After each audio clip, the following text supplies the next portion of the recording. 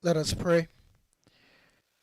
Gracious and Heavenly Father, we come before you today to ask for your presence.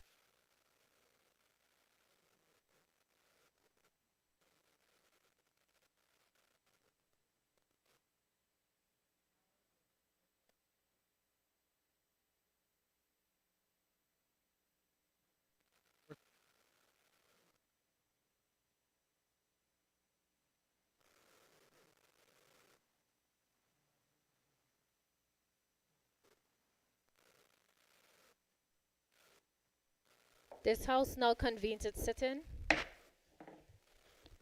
Testing, testing, testing. Is my mic not on? Did you guys hear me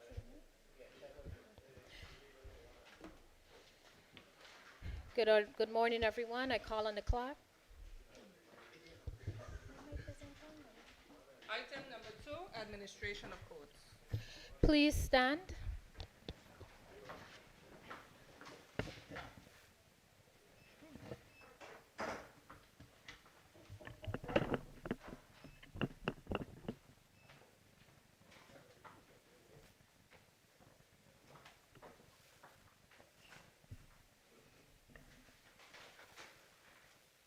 I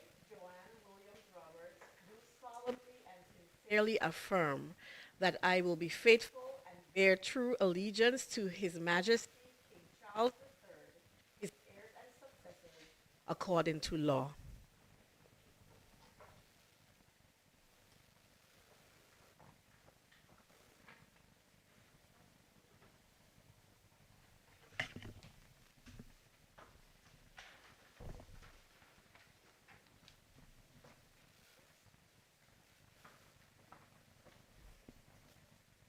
I, Joanne Williams Roberts, do solemnly and sincerely affirm and declare that I will well and truly serve His Majesty King Charles III and the people of the Virgin Islands in the office of Attorney General.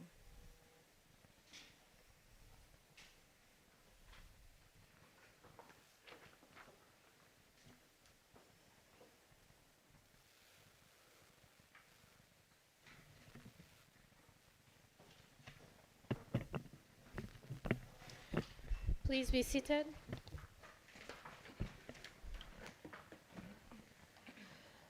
I call upon the clock. Item number 3, announcements by the Speaker. Thank you. Good morning. A happy and prosperous new year to all. I wish to recognize today our members, former speakers, deputy governor, former deputy governors, permanent secretaries, heads of departments, and other guests in attendance and tuning in via radio or YouTube. Welcome to the first sitting of the third session of the fifth House of Assembly. Thank you. I call on the clock. Item number 4, presentation of papers. I call on the acting premier and minister of finance to lay his documents.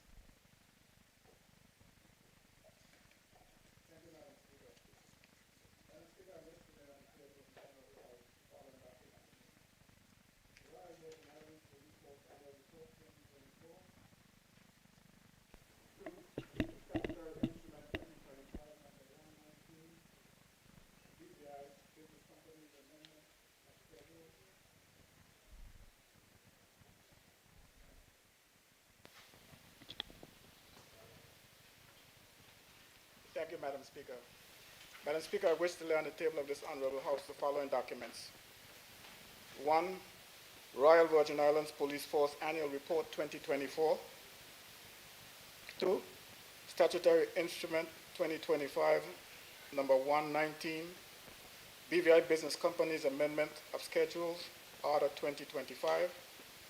3. Statutory Instrument 2025, number 120. BVI Business Companies and Limited Partnerships, Beneficial Ownership, Amendment Number 2, Regulations 2025. 4. Statutory Instrument 2025, Number 121, Financial Services Administrative Penalties, Amendment Regulations 2025. And 5. Statutory Instrument 2025, number 122, Financial Services Limited Partnership Fees, Amendment Regulations 2025.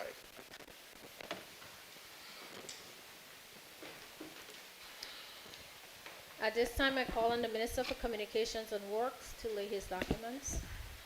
Thank you. Thank you, Madam Speaker. Madam Speaker, I wish to lay on the table the following documents. One, British Virgin Islands Electricity Corporation Annual Report 2021. Two, Department of Water and Sewage Annual Report 2023. And three, Department of Water and Sewage Annual Report 2024.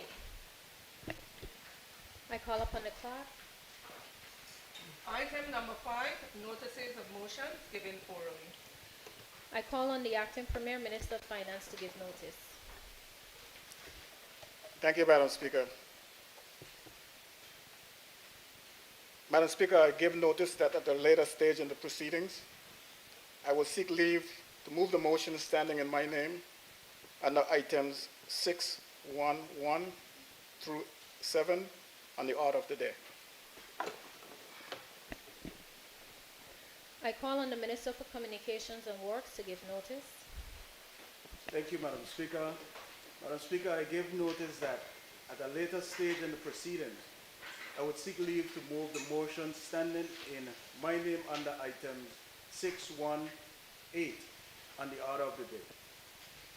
I call upon the clerk. Item number 6, public business. 1, government business. I call upon the Acting Premier Minister of Finance to move the motion.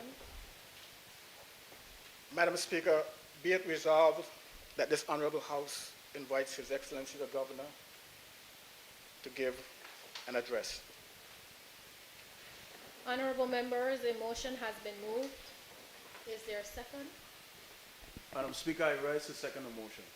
The motion has been seconded that this House do invite His Excellency to appear and make an address. Those in favor? Aye. Those against? The ayes have it. I now call this House into a recess pending the arrival of His Excellency.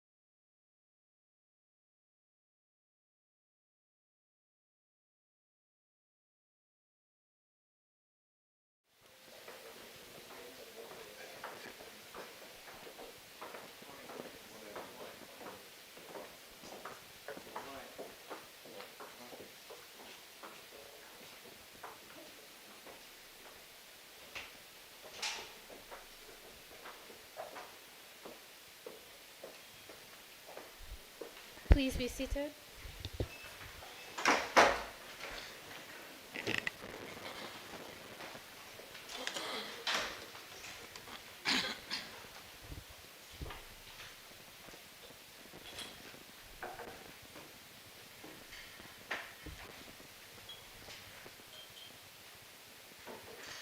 Your Excellency, at this time you may begin. Thank you very much, Madam Speaker, and good morning. I hope everyone can hear. Is the sound working loud and clear for everyone? Okay, I don't know if the sound is functioning now. Yes? Okay, we're wired. Very good. So good morning. Thank you very much, Madam Speaker. It's a great pleasure to be here again for the second speech from the throne I've had the privilege to deliver to the House. Let me just begin by establishing the protocol. So, Madam Speaker, Mr. Deputy Premier, Ministers, Acting Attorney General, Deputy Governor, Justices, Leader of the Opposition, Deputy Speaker, Junior Ministers, Members of the House of Assembly, Chairs of the Service Commission, Principal Officers of Government, former members of the House of Assembly, heads of the statutory boards, senior public officers, invited guests, ladies and gentlemen. Good morning to you all. So as Governor of these Virgin Islands, I'm pleased to be here today to perform my constitutional responsibility on behalf of His Majesty the King, Charles III, in delivering the speech from the throne. Speech from the throne is a tradition in the Commonwealth and overseas territories. It is written by the government and delivered by the head of state or his representative, or her representative. The speech from the throne signals the opening of a new session of the legislature and previews the legislative agenda and major policies of the elected government, as it seeks to achieve its objectives and responsibilities to the people during the upcoming session of the House of Assembly. Madam Speaker, the second session of this fifth House of Assembly commenced on the 7th of January 2025 and continued until 31 December 2025. By all indications, it was a very productive session, as the House deliberated on some 25 bills, 21 of which were passed and 18 of which have been assented to. Legislations debated and passed during the last session include the Asset Seizure and Forfeiture Amendment Act, the BVI Health Services Authority Amendment Act 2024, amendments to the Customs Management and Duties Ordinance 2010, the Commercial Recreational Vehicles Licensing Act, and refinements to the Cruising and Homeport Permit Act 2021, the Tobacco Products Control Amendment Act 2025 and regulations, the BVI Business Companies and Limited Partnerships Beneficial Ownership Amendment Regulations 2025, the Anti-Money Laundering Amendment Regulations 2025, Immigration and Passport Act and regulations, and many other measures. In addition, honourable members debated on some 14 motions. Business attended to by the House included deliberations on the report of the Constitutional Review Commission and presentation of the Government of the Virgin Islands self-assessment report on the implementation of the recommendations of the British Virgin Islands 2022 Commission of Inquiry report. Such a considerable volume of work reflects the commitment of the legislature to its constitutional responsibilities and to the development and advancement of these Virgin Islands and its people. Madam Speaker, persons would recall that in 2023, the government adopted the National Sustainable Development Plan, the NSDP, as the development, fiscal, and legislative blueprint for its strategy of building a sustainable nation. Successive budget addresses and speeches from the throne have aligned with the NSDP's 6 goals and 17 national outcomes, demonstrating the government's commitment to the NSDP and maintaining continuity along the journey of sustainable development. On this occasion, our format is no different. For this, the third session of this fifth House of Assembly, which opens today, the theme for this speech from the throne is Legislative Pillars of Progress, Building a Sustainable Nation, which aligns with the theme of the 2026 budget address delivered by the Honourable Premier on 6 November 2025, entitled Pillars of Progress, Building a Sustainable Nation.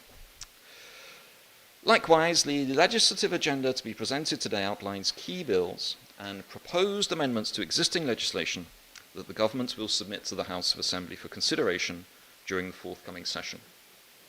This agenda, together with additional priorities, is organised in alignment with the goals and national outcomes of the NSDP. So let us begin with the NSDP goal number 3, which focuses on the economy, whose objective is a prosperous, vibrant, thriving, and internationally competitive economy for the Virgin Islands. Several items of legislation will be brought forward to advance economic development in a responsible and sustainable manner. Madam Speaker, National Outcome 4 for the economy calls for the Virgin Islands to achieve fiscal strength and sustainability. As such, the government's proposed legislative agenda continues to focus on sound governance, clarity of institutional roles, and prudent public financial management.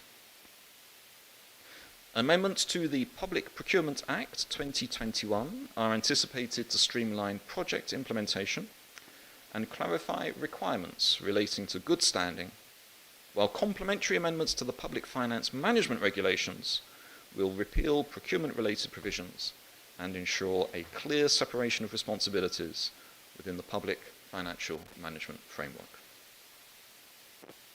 Further amendments to the Mutual Legal Assistance Tax Matters Act are also anticipated, with the aim of strengthening international cooperation and reinforcing the territory's commitment to transparency and adherence to internationally accepted standards.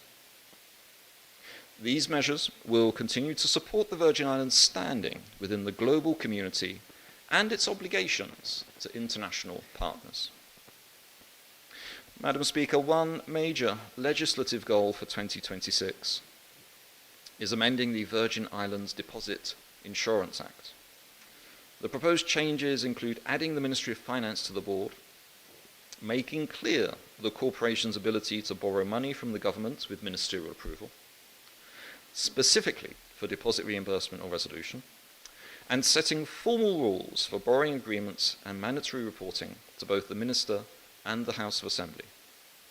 Additional amendments aim to reinforce the Deposit Insurance Fund with specified government contributions, which should improve financial stability and boost depositor confidence while the fund is still in its early stages. Consideration is also being given to the introduction of new pension legislation in 2026, possibly through a new pension act, with a view to addressing long-term sustainability, adequacy, and fiscal impact on the government's pension scheme. Alongside this, the proposed Professional Accountants Bill will establish a regulatory framework for the accounting and auditing profession, contributing to the integrity, credibility, and continued development of the financial services sector. Amendments to the Public Finance Management Act 2004 and the Public Finance Management Regulations 2005 will also be brought forward. These will further strengthen accountability, transparency, and the effective management of public resources. These reforms are intended to ensure that the public financial management framework remains robust, coherent, and capable of supporting good governance across government. Madam Speaker, taken together, these legislative measures demonstrate a measured and responsible approach to governance, grounded in respect for the rule of law, institutional integrity, and the long-term interests of the people of the Virgin Islands. National Outcome 5 of the economy calls for the government to create an enabling business environment that will support economic growth and stability. This is a high priority of the government. Amendments to the Virgin Islands Investment Act 2021 will be advanced to strategically transfer authority for business licensing, business development, and fair trade, including consumer protection and competition, from the Trade Commission to the Minister and Ministry responsible for trade. The functions of investment promotion and trade and export will be transferred to an autonomous body led by a board reporting to the Minister. This transition will be accompanied by a comprehensive restructuring of the Trade Department to ensure efficient delivery of services. And this approach will better align trade policies with the government's broader economic development goals, ensuring a cohesive and strategic approach to fostering investment and economic growth in the Virgin Islands. The micro, small and medium enterprises policy will be expanded with the introduction of a Micro, Small and Medium Enterprise MSME Act. This comprehensive legislation will address the unique needs of MSMEs and create an enabling environment in which these vital businesses can develop, grow and thrive.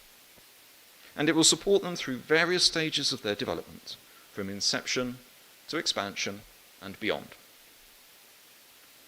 Amendments to the Business Licensing Act 2022 will be advanced to further streamline the licensing process to reduce bureaucratic hurdles and foster a more dynamic economic environment.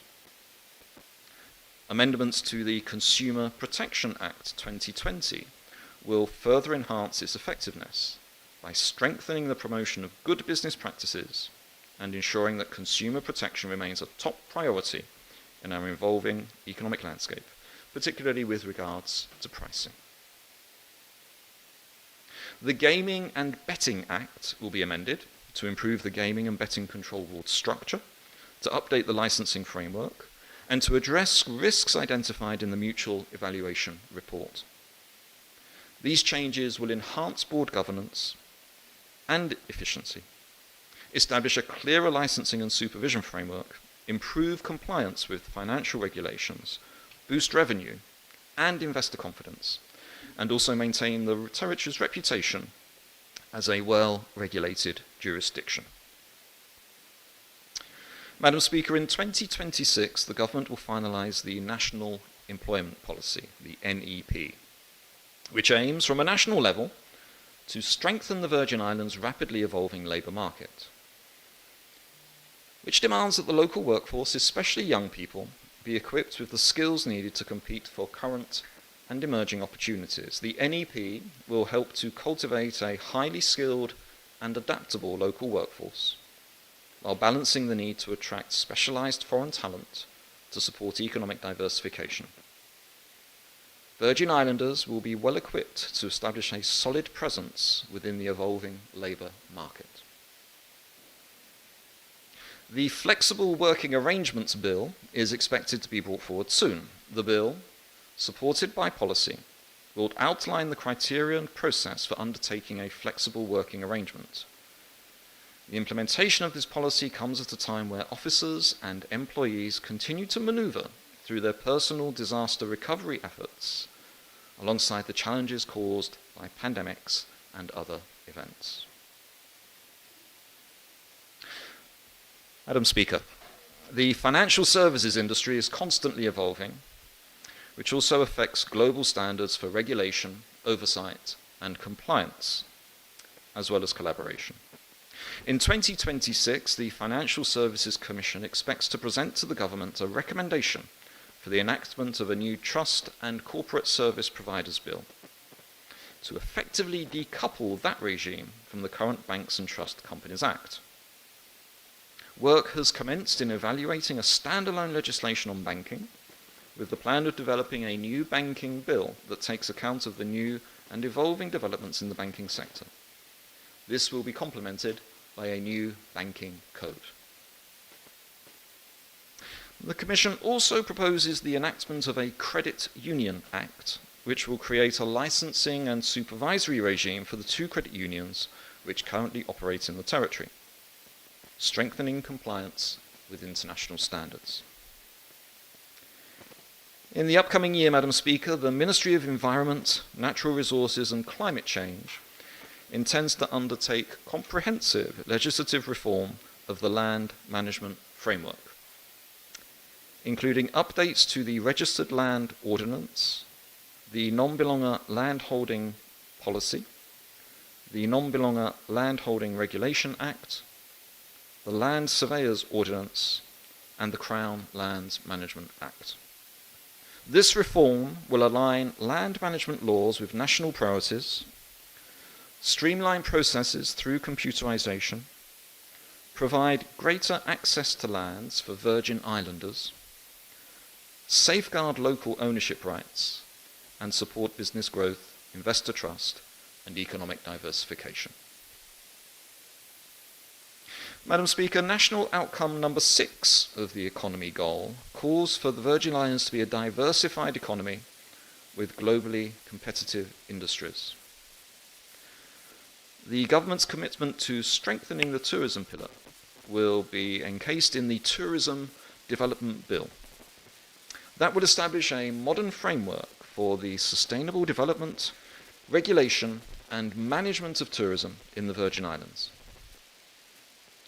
This legislation will support tourism product development and diversification, enhance competitiveness of the visitor experience, extend visitor stays, boost connections with local businesses and industries, and improve quality assurance, licensing, and data collection for better policy making and destination development and management.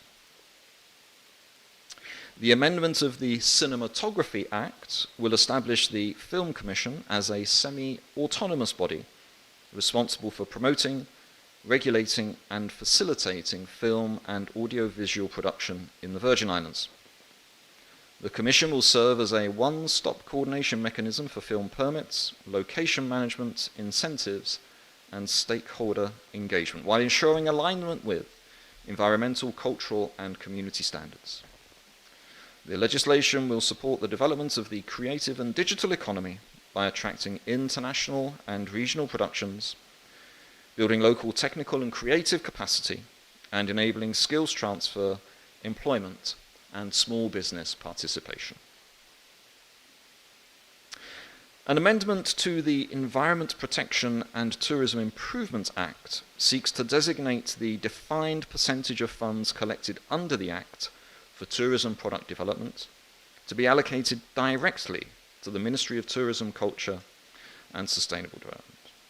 The reform supports the establishment of a product development unit in the Ministry and aims to ensure the predictability and strategic use of these funds, ensuring stronger alignment between revenue collection and tourism development priorities. Madam Speaker, development of the BVI's maritime sector is an important part of the government's diversification strategy. The ongoing BVI Maritime Law Review project represents a comprehensive modernisation of the territory's maritime law, delivering a revised, updated, and consolidated legislative framework. In 2025, the government published, enacted, and brought into force 20 statutory instruments, clarifying and simplifying the legal landscape and updating the framework for the implementation of 6 III Code conventions. In 2026, the government will introduce a new merchant shipping bill and a new marine pollution bill, together with attendant regulations, to further revise and domesticate our maritime legislation and to deliver a modern, streamlined, and competitive legal framework for the Virgin Islands. Madam Speaker, as the government develops the economic potential of agriculture and fisheries to diversify the economy, regulations are being developed to provide practical rules and procedures necessary to carry out the provisions of the Virgin Islands Food Security and Sustainability Act 2022. With the consolidation of the agriculture and fisheries regulations now being finalised, some necessary amendments to the Act are anticipated in the upcoming months. The agriculture and fisheries sectors continue to play a key role in supporting livelihoods in the Virgin Islands. To support these vital sectors, a Virgin Islands commercial agriculture and fisheries grants policy entitled From Land to Sea to Enterprise, Unlocking the Economic Potential of Agriculture and Fisheries has just received Cabinet approval and will be launched within the coming weeks. Madam Speaker, National Outcome 7 for the economy calls for the development of the green and blue economy. In 2026, the government of the Virgin Islands will seek an order from the UK Parliament declaring the Virgin Islands exclusive economic zone. The order will be accompanied by local enabling legislation, the Exclusive Economic Zone Bill 2026. Declaration of the Virgin Islands EEZ will enhance the territory's capacity for blue economy diversification by granting exclusive rights to explore, exploit, and manage marine resources within approximately 200 nautical miles of its coastline. This initiative will also strengthen the territory's ability to protect its marine ecosystems and fulfill its vision as a large ocean territory with vast ocean resources. Let us now turn to NSDP goal number 4, which is focused on infrastructure and emphasizes resilience building and access to sustainable services. Madam Speaker, resilience building and access to sustainable services are foundations for the NSDP goals. Legislation will be brought forward to advance the development and management of sustainable energy, communication technology, transportation, and infrastructure. National Outcome 9 of the infrastructure goal calls for sustainable energy and water. As such, the street lighting policy will be brought forward to enhance safety, improve energy efficiency and sustainability, and create more inviting environments in public spaces. The electrical distribution expansion policy aims to create a more resilient, sustainable, and secure energy infrastructure while supporting economic development through growth in new neighborhoods and improved access to electrical connections for homeowners. National Outcome 10 concerning infrastructure focuses on communication technology, and as such, amendments to the Telecommunications Regulatory Commission, the TRC Act 2006, are expected in this session to facilitate the implementation of 5G technology, to enable satellite licensing, and to modernize service regulation. These amendments will provide a modern regulatory framework to support the deployment of advanced telecommunication services and the growth of digital infrastructure across the Virgin Islands. Madam Speaker, National Outcome 11 concerning infrastructure focuses on transportation and logistics. And as such, amendments to the British Virgin Islands Airports Authority Act will be proposed to strengthen the governance arrangements, modernise the statutory powers, and improve the operational and regulatory framework for airport operations. The Virgin Islands Development Agency, VIDA, bill will be introduced to transition the Recovery and Development Agency, the RDA, into a permanent structure. The bill will help to further strengthen the agency's role in infrastructural development. The drafting instructions have already been submitted, and it is expected that the bill will be tabled in the House before the end of the second quarter. The Architects and Engineers Registration Bill 2026 is being finalised with the Attorney General's Chambers and will establish a comprehensive framework for the registration, licensing and regulation of all architects and engineers practicing in the territory. This legislation promotes professional integrity, public safety, and minimum qualification standards. It addresses the infrastructural issues and protects building occupants, thereby improving the territory's built environment. Amendments to the Wickham's Quay Development Authority Act, CAP 281, are also being finalised and will introduce a board and a secretariat to oversee development, management, and operations in the City of Roadtown. The amendments will improve the authority's financial sustainability, its enforcement powers, and historic preservation, including oversight of the 99-year Wickham's Quay leases, ensuring responsible urban development and protection of heritage and economic interests. Madam Speaker, let us now turn our attention to NSDP Goal number 1, which is focused on health and wellness. It emphasizes healthy living and provision of the structures for fulfilling lives. Health and wellness are fundamental pillars of sustainable development, underpinning the prosperity and the resilience of any society. The physical, mental, and social well-being of the population is critical for fostering greater productivity, reducing healthcare costs, and ensuring a higher quality of life for all citizens. National Outcome 1 for Health and Wellness focuses on creating a healthy population.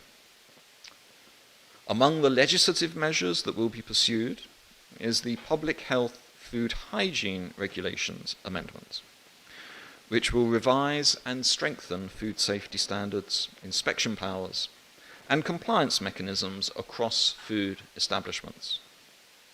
This measure will reduce the incidence of foodborne illnesses and improve consumer protection, among other benefits. Amendments will also be made to the environmental health regulations to address the safe operation of barbershops, beauty salons, spas, funeral parlours, and other regulated premises. The reforms focus on infection control standards, occupational safety, and clearer regulatory authority to reduce the public exposure to environmental and occupational health risks. Also, amendments to the port health regulations will strengthen the public health controls at seaports and airports, including quarantine procedures, inspection authority, and response protocols for communicable diseases and environmental health risks. Amendments are also planned to the Hospital Regulations 2014 to ensure alignment with evolving models of care, patient safety standards, and operational realities within public health facilities. Amendments will support improved service quality, patient rights, and clinical governance.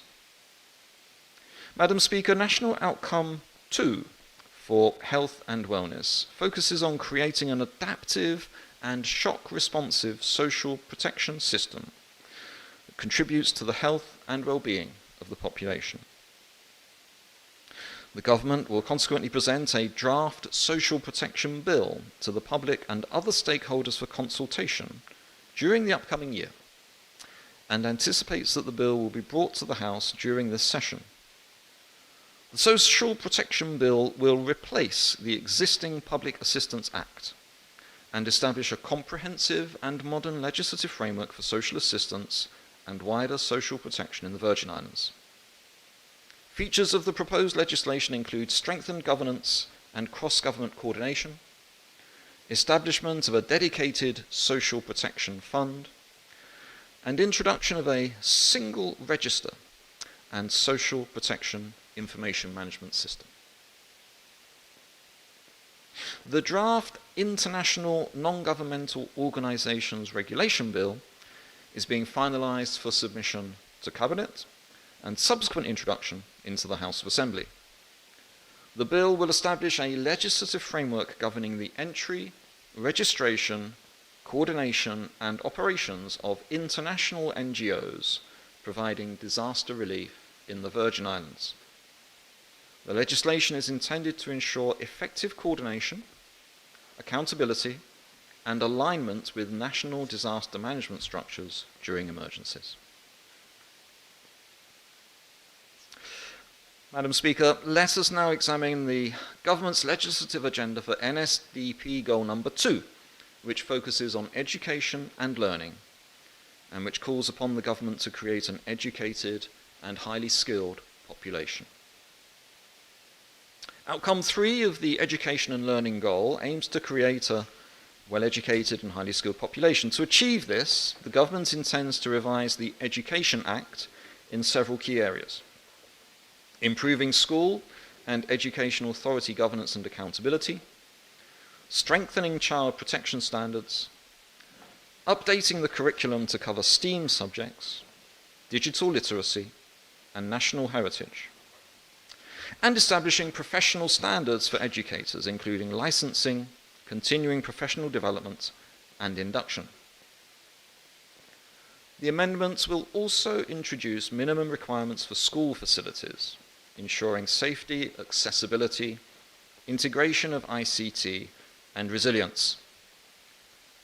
These changes are designed to boost student achievement and workforce preparedness, foster technologically advanced learning environments, and reinforce public trust in education governance. Outcome 3 for education also focuses on holistic youth development through extracurricular engagement. As such, the Recreation Trust Act will be amended to modernize the legislation with governance reforms including clear statutory board structures with transparent appointments and performance oversight. Facility standards, safety, accessibility, maintenance and disaster resilience, and digitalized systems for facility booking, asset management, and reporting. These amendments will enhance recreational infrastructure supporting physical and psychosocial well-being, create structured environments promoting youth development and community integration, and improve value for money through better asset stewardship. Outcome 3 also requires strengthening tertiary education to produce skilled graduates. As such, the College Fund Act will be repealed. This will abolish the outdated College Fund Statute, realigning tertiary education governance under the revised H. Laverty Stout Community College Act 2024, which provides comprehensive oversight, financing, and performance frameworks. This will streamline governance, provide greater fiscal transparency and accountability in asset deployment, and reinforce institutional credibility and academic pathways.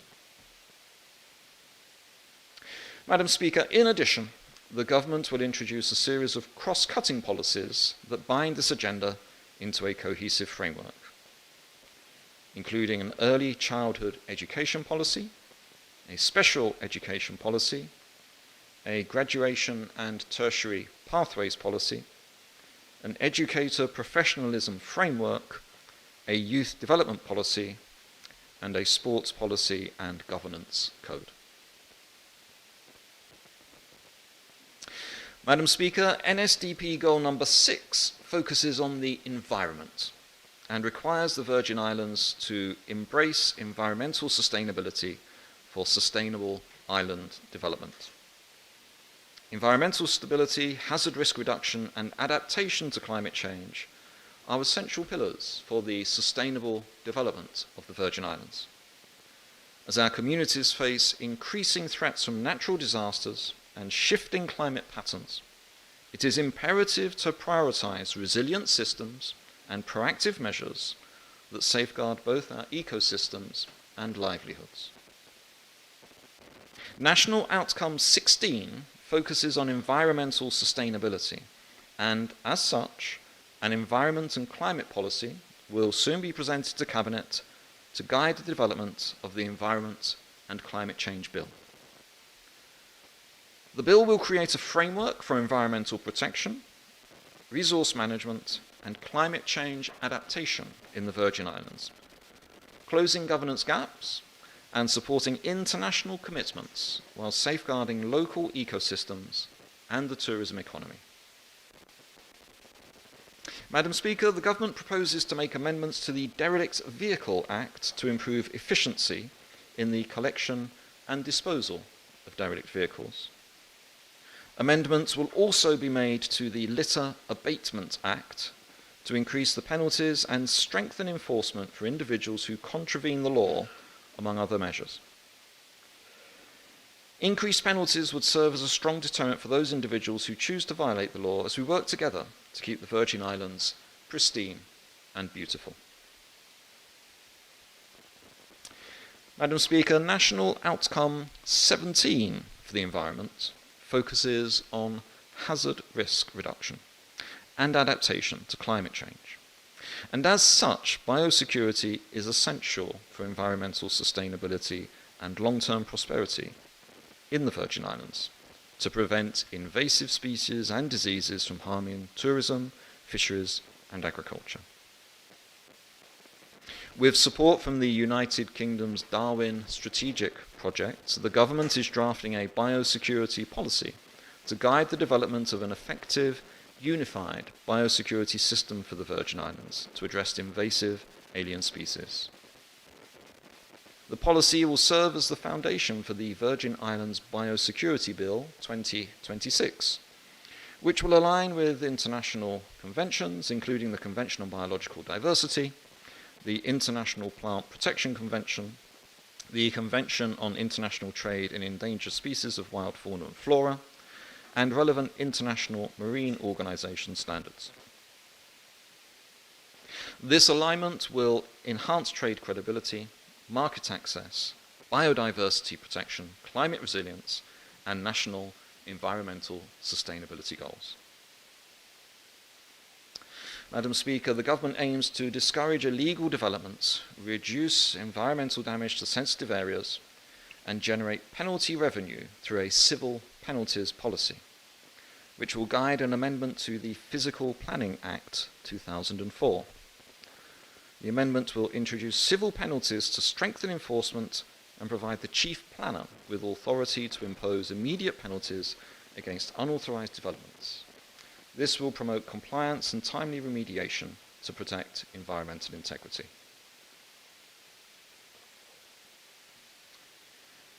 Madam Speaker, NSDP goal number 5 focuses on good governance and leadership and calls for the Virgin Islands to embrace good governance, accountable government, and citizen participation. National outcome number 12 addresses peace, justice, security, and safety, which are among the top priorities of the government, with several legislations to be brought forward in furtherance of this outcome.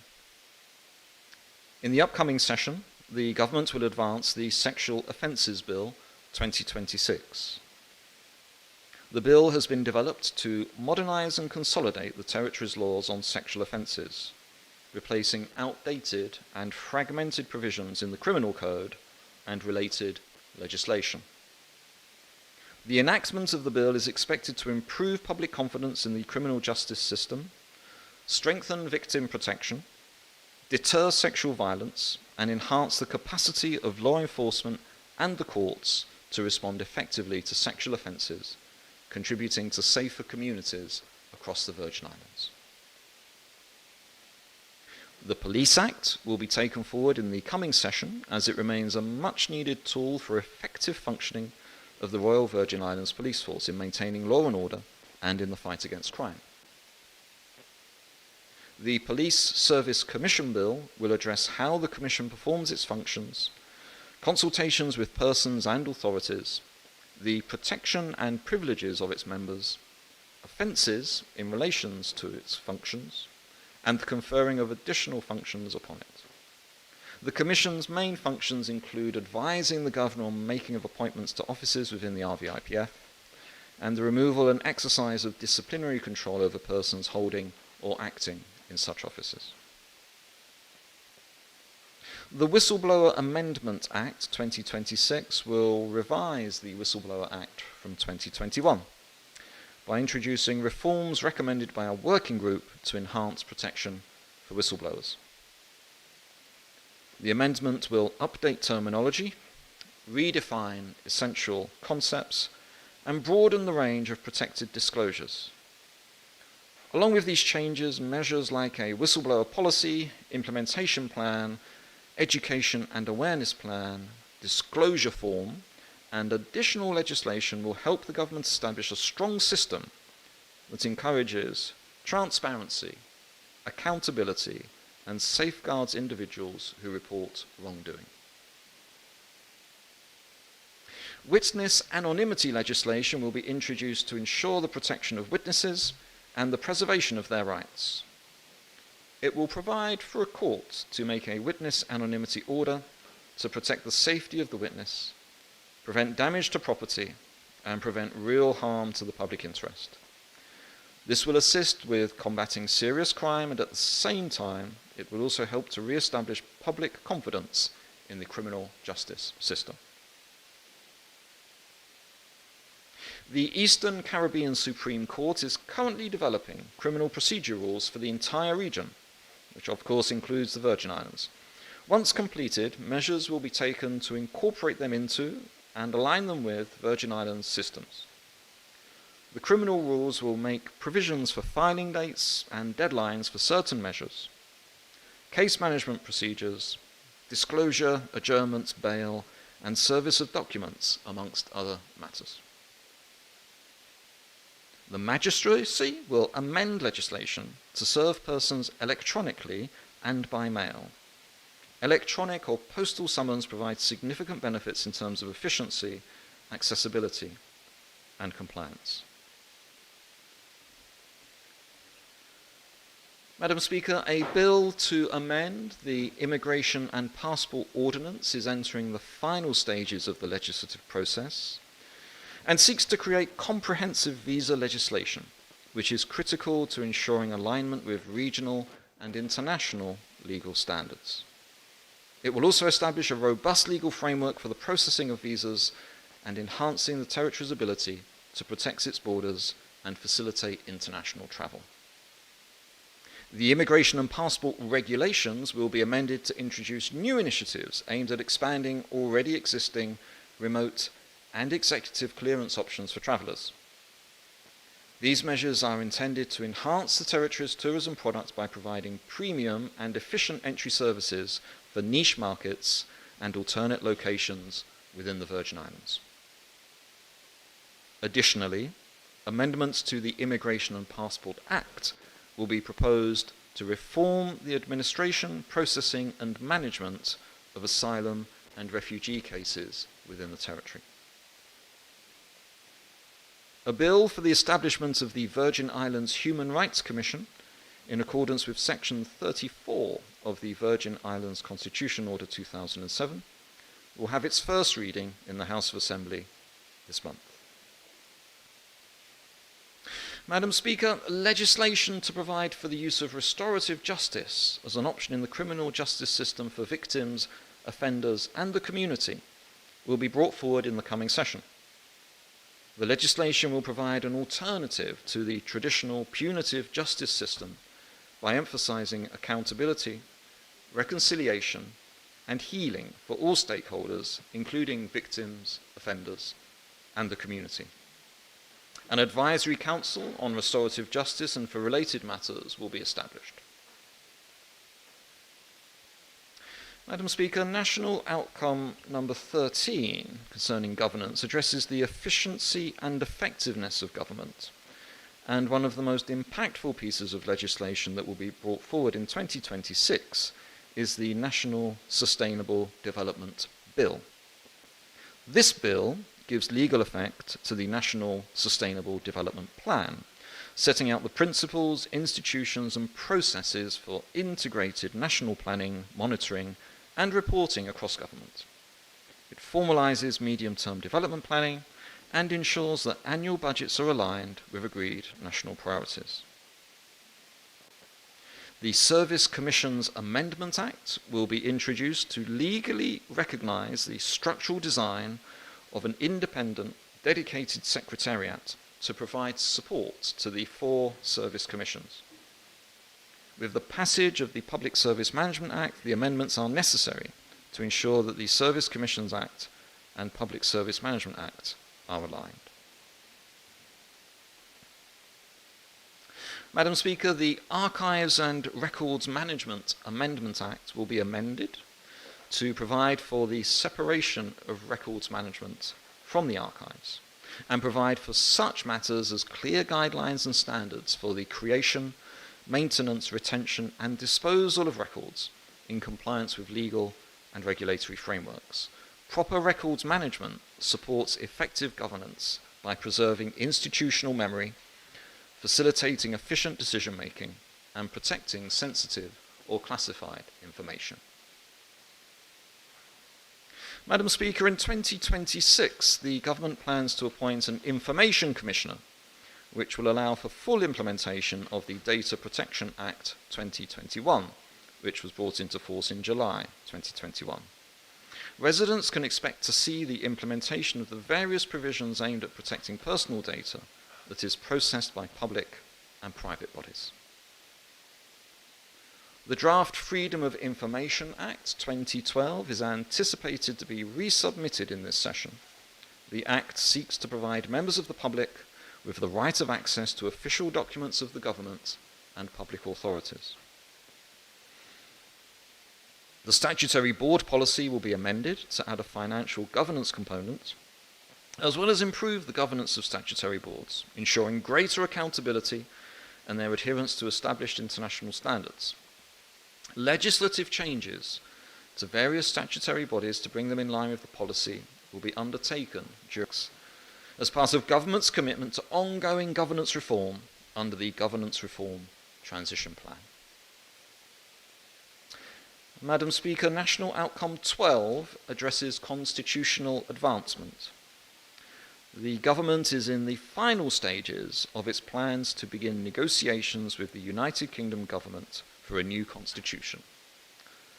The government's position has been outlined in the House of Assembly report on the recommendations of the Constitutional Review Committee and will be tabled in this Honourable House shortly. Madam Speaker, National Outcome number 15 calls for strengthened foreign relations, and as such the government plans to introduce an external relations policy to govern the operation of its regional and international relationships, including overseas offices and the operation of the International Affairs Secretariat. In conclusion, therefore, Madam Speaker, the foregoing are highlights of the government's legislative agenda for the upcoming session of the House of Assembly. The public, of course, must be mindful, though, that changes in circumstances may require the government to adjust these priorities and to even take on new initiatives. As always, the government is prepared to adjust the sails whenever this becomes necessary.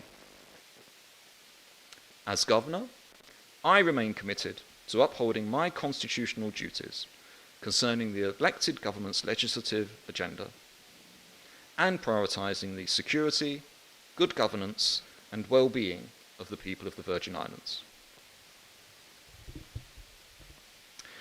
And with that, I hereby declare the third session of the Fifth House of Assembly open. May God guide the deliberations of this Honourable House as you work on behalf of the people of these Virgin Islands. Thank you for your attention. Thank you. Thank you, Your Excellency. May I ask everyone to stand?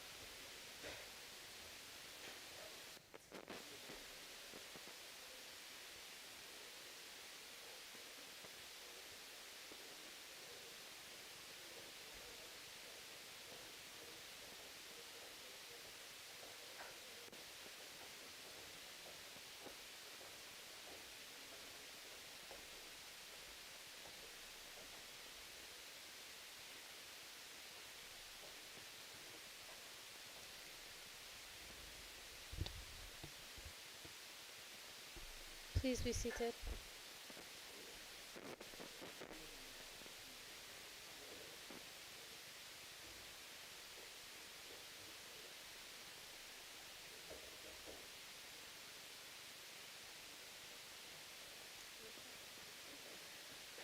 At this time, we'll take a brief recess.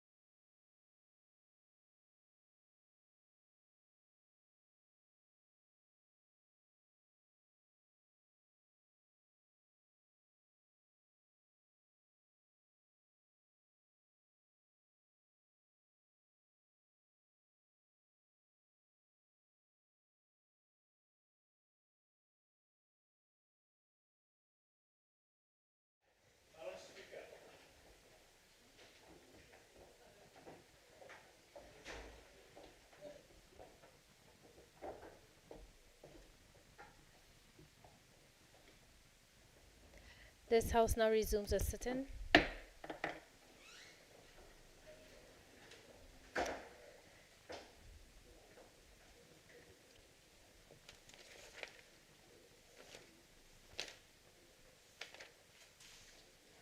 At this time, I call on the Deputy Premier to move a motion on behalf of the Premier.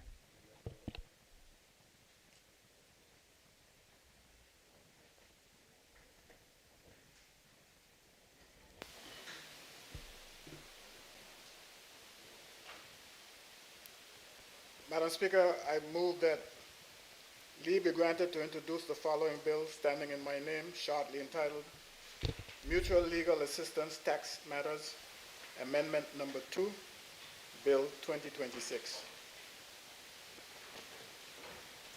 Madam Speaker, I rise to second the motion. Honorable members, it has been moved and seconded that leave to introduce the bill shortly entitled Mutual Legal Assistance Tax Matters, Amendment Number 2, Bill 2025 be granted. Those in favor? Aye. Those against? The ayes have it. I now call upon the Deputy Premier. Madam Speaker, I introduce the bill standing in my name, shortly entitled Mutual Legal Assistance Tax Matters, Amendment Number 2, Bill 2026, and will explain its provisions at the second reading.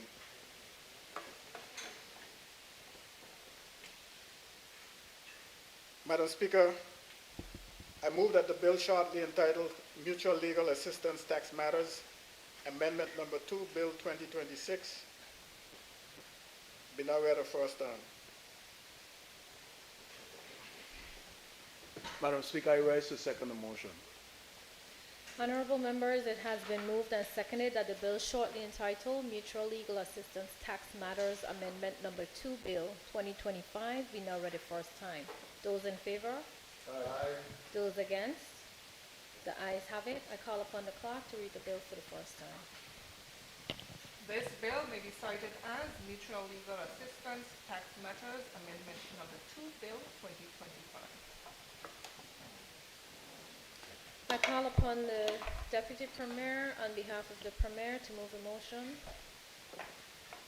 Thank you, Madam Speaker. Madam Speaker, I move that leave be granted to introduce the following bill standing in my name, shortly entitled Magistrates Code of Procedure Amendment Bill 2026. Madam Speaker, I rise to second the motion.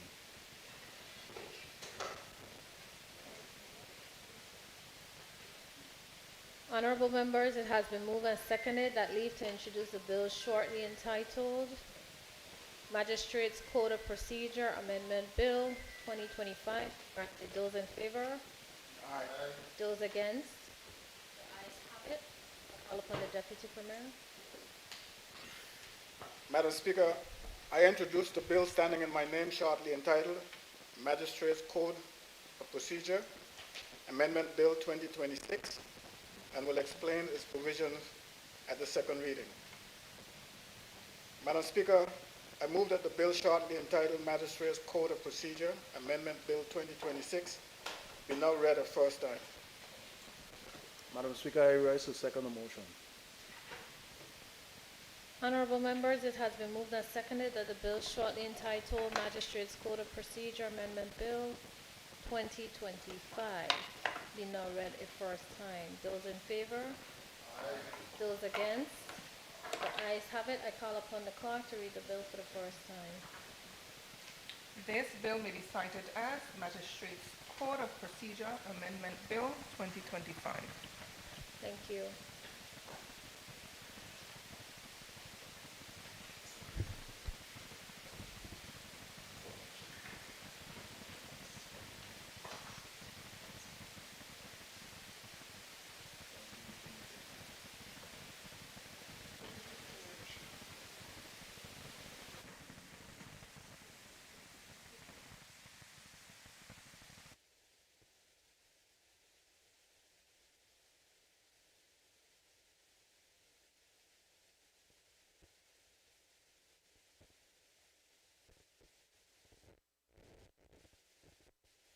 Let's take a brief recess.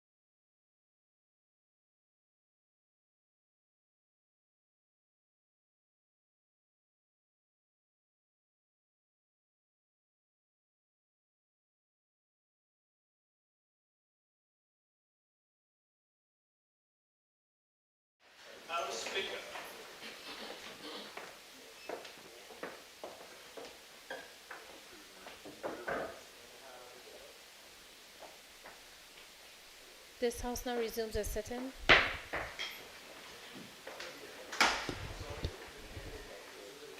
I call upon the Deputy Premier on behalf of the Premier to move a motion. Thank you, Madam Speaker. Madam Speaker, I move that leave be granted to introduce the following bill standing in my name, shortly entitled Tonnage Duty Amendment Bill 2026. I rise to second the motion. Honorable members, it has been moved and seconded that leave to introduce the bill shortly entitled Tonnage Duty Amendment Bill 2026 be granted. Those in favor? Aye. Those against? The ayes have it. I call upon the Deputy Premier. Madam Speaker, I introduce the bill standing in my name, shortly entitled Tonnage Duty Amendment Bill 2026, and will explain its provision at the second reading. Madam Speaker, I move that the bill shortly entitled Tonnage Duty Amendment Bill 2026 be now read a first time. I rise to second the motion. Honorable members, it has been moved and seconded that the bill shortly entitled Tonnage Duty Amendment Bill 2026 be now read a first time. Those in favor? Aye. Those against? The ayes have it. I call upon the clerk to read the bill for the first time. This bill may be cited as Tonnage Duty Amendment Bill 2026. I call upon the Deputy Premier on behalf of the Premier to move a motion. Thank you, Madam Speaker. Madam Speaker, I move that leave be granted to introduce the following bill standing in my name, shortly entitled Elections Amendment Bill 2026. Madam Speaker, I rise to second the motion. Honorable members, it has been moved and seconded that leave to introduce the bill shortly entitled Elections Amendment Bill 2026 be granted. Those in favor? Aye. Those against? The ayes have it. I call upon the Deputy Premier. Thank you, Madam Speaker. Madam Speaker, I introduce the bill standing in my name, shortly entitled Elections Amendment Bill 2026, and will explain its provisions at the second reading. Madam Speaker, I move that the bill shortly entitled Elections Amendment Bill 2026 be now read a first time. Madam Speaker, I rise to second the motion. Honorable members, it has been moved and seconded that the bill shortly entitled Elections Amendment Bill 2026 be now read a first time. Those in favor? Aye. Those against? The ayes have it. I call upon the clerk to read the bill for the first time. This bill may be cited as Elections Amendment Bill 2026. I call upon the Deputy Premier on behalf of the Premier to move a motion. Thank you, Madam Speaker. Madam Speaker, I move that leave be granted to introduce the following bill standing in my name, shortly entitled Human Rights Commission Amendment Bill 2026. Amendment. Human Rights Commission. Not amendment. Can I do it over? Yes. Madam Speaker, I move that leave be granted to introduce the following bill standing in my name, shortly entitled Human Rights Commission Bill 2026. Madam Speaker, I rise to second the motion. Honorable members, it has been moved and seconded that leave to introduce the bill shortly entitled Human Rights Commission Bill 2026 be granted. Those in favor? Aye. Those against? The ayes have it. I call upon the Deputy Premier. Thank you, Madam Speaker. Madam Speaker, I introduce the bill standing in my name, shortly entitled Human Rights Commission, and will Human Rights Commission Bill 2026, and will explain its provisions at the second reading. Madam Speaker, I move that the bill shortly entitled Human Rights Commission Bill 2026 be now read a first time. Madam Speaker, I rise to second the motion. Honorable members, it has been moved and seconded that the bill shortly entitled Human Rights Commission Bill 2026 be now read a first time. Those in favor? Those in favor? Aye. Those against? The ayes have it. I call upon the clerk to read the bill for the first time. This bill may be cited as Human Rights Commission Bill 2026.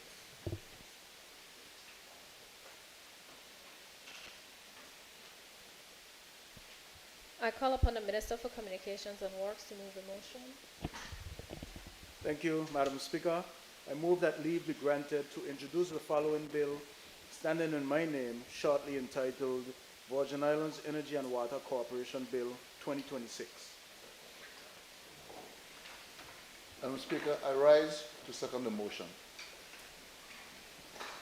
Honorable members, it has been moved and seconded that leave to introduce the bill shortly entitled Virgin Islands Energy and Water Corporation Bill 2026 be granted. Those in favor? Aye. Those against? The ayes have it. I call upon the Minister for Communications and Works. Thank you, Madam Speaker. I introduce the bill standing in my name, shortly entitled Virgin Islands Energy and Water Corporation Bill 2026, and will explain its provision at the second reading. Madam Speaker, I move that the bill shortly entitled Virgin Islands Energy and Water Corporation Bill 2026 be read a first time. Madam Speaker, I rise to second the motion. Honorable members, it has been moved and seconded that the bill shortly entitled Virgin Islands Energy and Water Corporation Bill 2025 be now read the first time. Those in favor? 2026, my apology, 2026. Those in favor? Aye. Those against? The ayes have it. I call upon the clerk to read the bill for the first time. This bill may be cited as Virgin Islands Energy and Water Corporation Bill 2026. Thank you. I call upon the clerk. 2, private members' business. Item number 7, other business. Is there any other business? I call upon the clerk. Oh, I'm sorry, yes. I recognize the leader of the opposition, Honorable Myron Walwin. Thank you very much, Madam Speaker. Madam Speaker, I'd first like to wish the good people of the Virgin Islands a bright and prosperous 2026.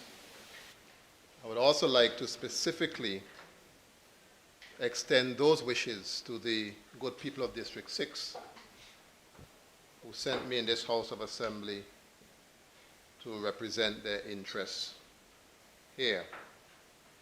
I want to wish them all the best for 2026 and to certainly give them the full reassurance that I will continue to work earnestly for them as they have reposed their confidence in me to be here.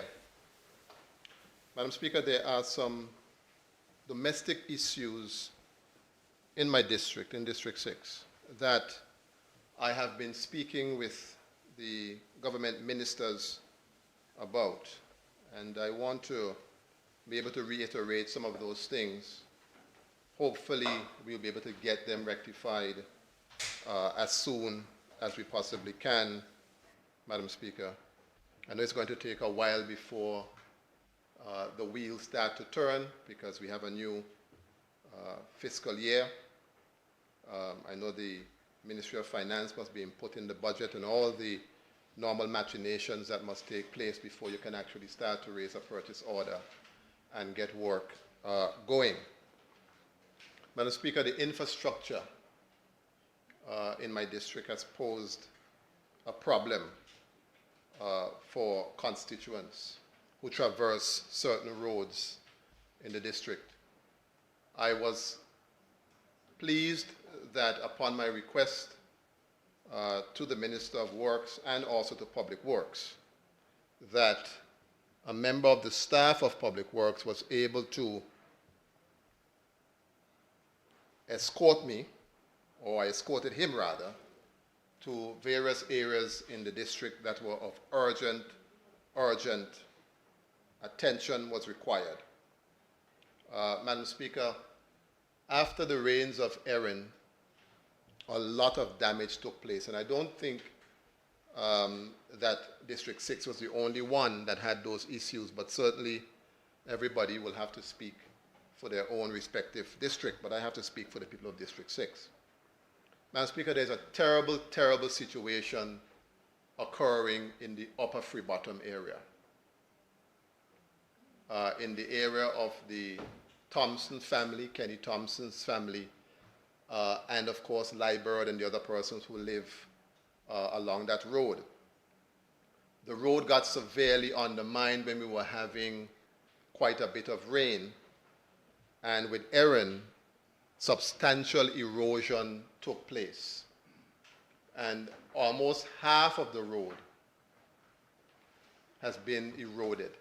So even traversing the road, people who live on the upper part of Free Bottom have a grave difficulty traversing that road to get to their homes. I am particularly concerned about persons who may not know the road very well.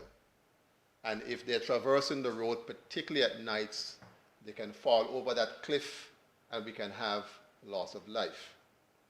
We had a situation last week, and Minister, I thank you for working with me. You worked earnestly with me and getting it fixed, but the problem has reoccurred again, where the upper Free Bottom area requires a pump to take the water up the hill. And the pump was destroyed. I was able to get the minister and the team at Water and Sewage, who worked very hard to try to get it fixed for me. And it only worked for 2 days, and now we're back to square one again, Minister. I don't know if they told you. But the problem was that the people in upper Free Bottom couldn't get water, and they couldn't get the truck to come up to get them some water because of the situation with the road. And so, Minister, I know you said you're going to help me. I want to echo it publicly, how urgent this situation is, because I am extremely concerned about life and limb while traversing that road. Madam Speaker, a similar situation occurred during Erin on the Butu Mountain Road, just in the area of where Tucker Malone lives. We call the road Sandfly Road, colloquially, so people know what you're talking about. The very same thing happened. Major erosion on the concrete road. And actually, this is even more dangerous than the situation in terms of when you look at it. The situation is far more severe than actually Free Bottom. The only difference is this road is broader, so you have more space to maneuver. But as it continues to rain, the erosion will get worse.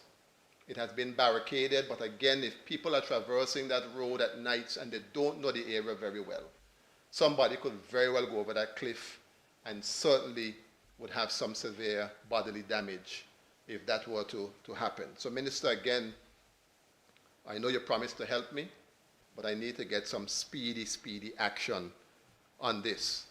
A similar situation is happening again in Butu Mountain. This is the other side of Butu Mountain, the upper part, in the area of where Enid Pickering lives.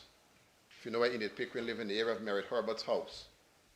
The road has eroded again substantially there. So any heavy equipment coming down that road, or any vehicle that is heavy, could end up toppling over and causing issues.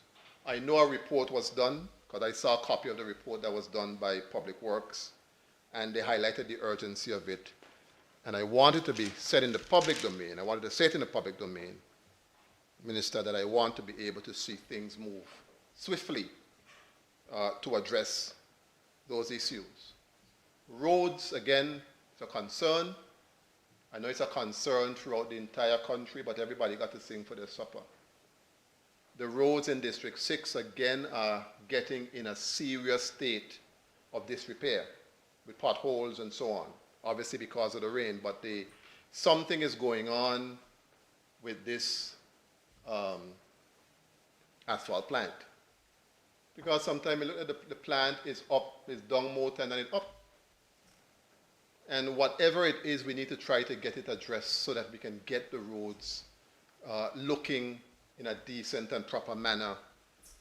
Madam Speaker, there are some specific areas up at Jean Hill and other areas that really need some serious serious attention, Madam Speaker, and I want to encourage the Minister, please, to try to get the asphalt plant working again so that we can get the roads patched up and people can traverse the roads properly. For the whole of 2026, coming out of 2025 into 2026, water has been a major, major problem. And I feel so bad for the gentlemen at Water and Sewage Department. And I want to commend Raga, Vandi, and the whole team for the work that they put out, because it must be a very frustrating job that they have. Whenever you fix the pipe in one area, it breaks in another area the next day. It got to be disgusting for them. Every minute feel as if they're just running around in circles, that's all they could do is fix broken pipes. The pipe, for instance, at ZBVI, there's a pipe at ZBVI that broke like two times in 1 week. And when that breaks, it puts the whole of Jean Hill out of water, the whole of Fort Hill out of water, the whole of Barber's Bay out of water. And so I've been having these challenges consistently in the district. And that is why I raised the concern, Madam Speaker, about that $100 million loan, that a substantial amount of that money needs to go to fix the water distribution system. We cannot borrow $100 million that taxpayers have to pay back, and when we still have water problems at the end of the day. If you were to take a poll right now across this country and ask people what is the singular most disgusting problem you have in this country right now, invariably people will say to you, it's water. Access to a reliable supply of potable water is the biggest problem. And it is not a good thing when you're in your house and you can't get to take a shower. It's not a good thing you're in your house and you can't get to use the bathroom, especially when the kids are home. We have to get it fixed. And it has been a problem. Minister, it's not a problem at you alone, because part of the problem, you met it there. But we have to take it as a national priority and get it addressed. It is deteriorating the quality of life for our people. You home on a Sunday, probably the one day off you have, you say you're going to come home and cook for your family and enjoy the day. You turn on the tap, you can't get a little water to put in the pot. That cannot be a good feeling. And so let us try to see what we can do to address this problem. We have $100 million, put the majority of the money into fixing the water situation so that we can bring some ease to the people of the country. The cleanliness of the districts of the country is another issue. And again, I have to speak about my district in particular. And you've heard my voice on this issue so many times because of how the district is interlocked, how so many different persons from different areas use the roads in District 6 to get to Road Town. And in doing so, they bring their garbage along with them. I can't vex with them for that. You have to dump the bin in dump your garbage in the most convenient way for you. And so the bins are getting filled up on the side of the road, and they look absolutely disgusting, Madam Speaker. I want to also, and I had a conversation with the minister. Minister, I thank you for the phone call the other day when you saw the post that I placed on Facebook. And I also spoke to the director, the new director of Solid Waste Department, who has been extremely responsive. I want to tell you that I believe that one will work out well, because I worked with him at Water and Sewage Department. He was extremely responsive, and I'm seeing the same action coming from him in his new capacity, and I want to wish him well. But I wanted to also support him when he needs the resources that he needs. The businesses in the territory, Madam Speaker, not all of them, but some of them. Up to yesterday, I catch one. I turn police now, you know. I turn police in my district. Because when I catch you doing something you're supposed to do inside of that district there, I come out of my car and I hauling you up. Because I want the district to look proper. I catch one yesterday. Some of them that get a little job from somewhere to carry the garbage or the bulk waste down to Parkwood Pond, and they find the nearest bin to deposit them in. I catch it so good, but you were frightened when you see me. My window them dark, when I roll out and he sees my on it, boy, he could have got in his skin. We got to try to get the businesses, find a way. We have to get inspectors. If we got to make law enforcement also litter wardens or whatever it is we have to do, let us get it done. Because we got to keep the place clean. And you see the bins overflowing. They come and they bring the boxes. They won't even say, let me break the boxes down so that when other people come to use, there's space in there. They throw the box them just in there, just like that. They come, they drop stove. They come, they drop washing machine, microwave. Man, we could do better, man. We have to do better. This is our home, and we must have a little more pride in the condition of the place. But the government has got to make it zero tolerance. Zero tolerance. I heard in the speech from the throne that we're going to be looking at the Litter Act. That is where I want to see the stiff fines come. Right there. Right there. Right there. And you drive around now, you see the oil, the used oil. I don't know how many of y'all see it in your districts. They're piling up the used oil right there next to the bin. It looks so disgusting. I don't know what's going on with the contract that you have for the removal of used oil, but it's not working. And some issuance needs to come out either from the ministry or solid waste telling people to hold your oil until we get the problem fixed. Because you're not moving the oil, but new oil keep coming every day. You go there and see more oil on top there. I drove across by Bargos Bay, by the Fisherman's Wharf. You got about 10,000 bottles out there. We're not overdoing, right? But the point I'm making is have too many. And that is a road that people traverse with the tourists and everything else, and it just looks so disgusting. We have got to do better. And let us try our utmost, Mr. Speaker, to see how we can get these situations under control. The derelict vehicles, again, are becoming a major issue. I'm not sure what is the issue with the collection, but it needs to start to happen again. The pickup needs to start to happen again. I heard you talk about the Derelict Vehicle Act. You're going to look at the act that governs that. That period for collection, for notice, needs to be shortened, substantially shortened. We give you a week to pick up your vehicle, and if you don't move it, we throw it away. That is the kind of draconian position we need to take. And we also have to address the issue of trailers. People who have boats and just park the trailer anywhere. We can't accept that. You try to go to church on Sunday morning to go see Jesus, or by New Testament church, you can't get away to park because the trailer them in front there. We have got to take these things very seriously, Mr. Speaker. You have to take them seriously. The bush cutting, we have to address that as well. The bush started to grow up again through the place. We don't want to get back in the situation we were in at the beginning of the tourist season, where you had bushes everywhere. The tourists can't have a proper experience, can't take proper pictures because the bushes can't get cut.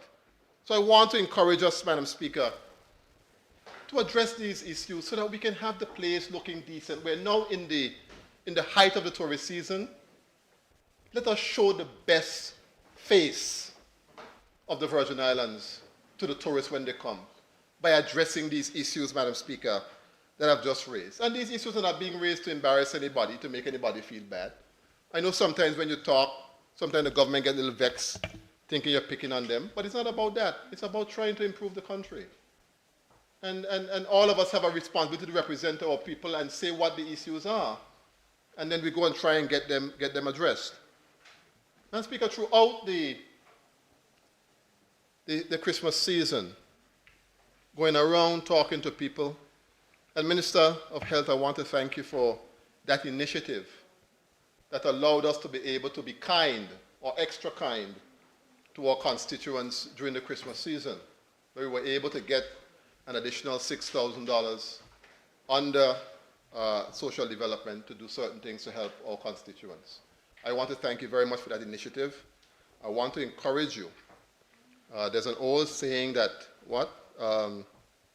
kind words sweeten labor or something along the lines. So I want to sweeten the labor so that when December comes in 2026, that you'll put a little extra on top of that money to make us spread a bit more joy than we were able to do this time around. But in traversing, you get to see the needs again that people are having. And there are 3 sets of persons or groups, and there are others that I really want to see us take care of, our seniors. I was waiting to hear in the budget debate, in the speech from the throne, that something will be done to increase the pension for seniors through Social Security. We can do it. Obviously, you're going to give away all the money, but I think Social Security is healthy enough that the figures that people get from Social Security on a monthly basis could be increased to help people, especially those people who are seniors, even those who are pensioners. Because if you're older, that sometimes is really your only source of income. And the prices of the supermarket, those of us who are working 2 and 3 jobs or who have decent enough salaries, we complaining about the price of food, we complain about the price of everything. You can imagine those people on a stable income, a little $400, $300, what they must be facing every month. And so if Social Security got $1 billion down there sitting down, take a look at it and see what we can do. I ain't say give away all the money, but look at it and see if we can increase the pension amount to persons who rely on Social Security to live. Come up with whatever criteria you need to come up with. But at the end of the day, let us try to see how we can make things better for them. And the pensioners who have been asking about their increase all the time and getting lip service, I hope that something is done to alleviate things for the pensioners. The differently abled as well. I was so happy when persons came in standing finance, and I was able to ask them about what we're doing about the differently abled. And they said to me, yes, we have a program. You can send some names. I send one as a tester. I ain't get a thing do. Nothing. They're being told that they have to apply and go through a process. No, that is not the approach. We have to take the same approach like what the US took with affirmative action. These are people who have difficulties. You can't use the same metric for them. I want to see persons who are differently able feel that they're part of the community, man. I want to see them feel that they're part of the community. The same way we do the rated program, do the same thing. Do the same thing and get those differently abled persons working in different areas. It might not necessarily be in government. It could be in the private sector. But use the same methodology to get them employed and give them a little something so they could feel as if they are part of the community. It can't be a good thing that you get up every morning, Madam Speaker, and you see a country moving forward, everybody moving forward, their lives are going somewhere. And because you just happen to have a disability, you are thrown on the side and your life you're just sitting there waiting to dead. That can't be a good feeling. And so, Madam Speaker, I want to see us in 2026. Those 3 groups, the seniors, the pensioners, the differently abled. Let us do something in 2026 to make their lives better, Madam Speaker, and make them feel as if they are part of the community. There's one last point, Madam Speaker, that I want to make. And this is about what is happening in the geopolitical atmosphere right now. We see a lot of things changing. We're seeing some different views on international law. We are seeing some different views on the sovereignty of countries. We are seeing that economic power trumps sovereignty. We are seeing it. We saw it throughout the Caribbean with some of the decisions that some of the Caribbean leaders are being encouraged, I would say, to make. I believe they don't want to make some of them decisions, but they understand the ramifications for the economy and different things if they don't take certain positions. The world is a different place right now. There's a certain factor that is creating some ripples. This issue that we have with the USVI and the marine positions that we took, and these fees, let us get a hand on that thing now. It has been a wrong for a while. Regardless of who right or regardless of who wrong, let us get a grip on this thing before it gets out of hand. We may get a level of intervention that we don't want. Our relationship with the USVI is a strong one. Lot of family, lot of friends. We have USVI, BVI Friendship Day. We have the Virgin Islands Council where we discuss issues. Try to get this matter resolved. Try to get the matter resolved. Because if you get intervention from Washington, you might get something that you don't want to get. And in negotiations, everything will be on the table. To us, we might just think it's about the fees. But to them, they throw everything on the table. Our visa waiver access that we get from the USVI, our use of the US dollar, everything will be on the table. And we see right now that reason doesn't always prevail in the environment that we are in. Call a meeting with the USVI government and try to resolve the issue as best we can. I ain't said to roll over and play dead. Not at all. But dead right and dead wrong is still dead. Those are my words to the government on this matter before Washington intervenes and we get into a situation that we don't want to find ourselves in. Madam Speaker, I'd like to wish you and your staff as well a happy 2026. You have quite a number of bills passing through the House. If we get them passed, you're going to be a very busy speaker for this year. I thank you very much for your guidance that you give to this Honorable House. And I thank you very much for the opportunity to say a few words this afternoon. Thank you. Any other member?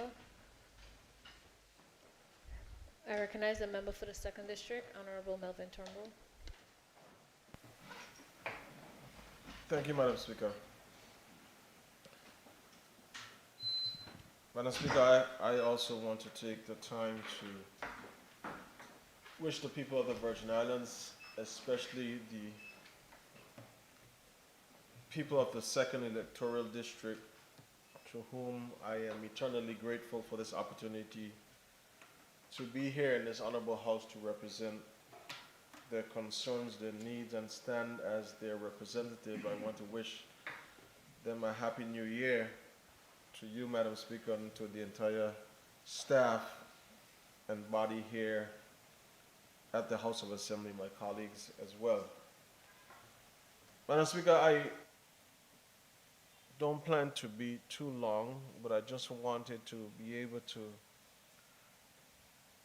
from last year when we closed off the year, Madam Speaker, we ended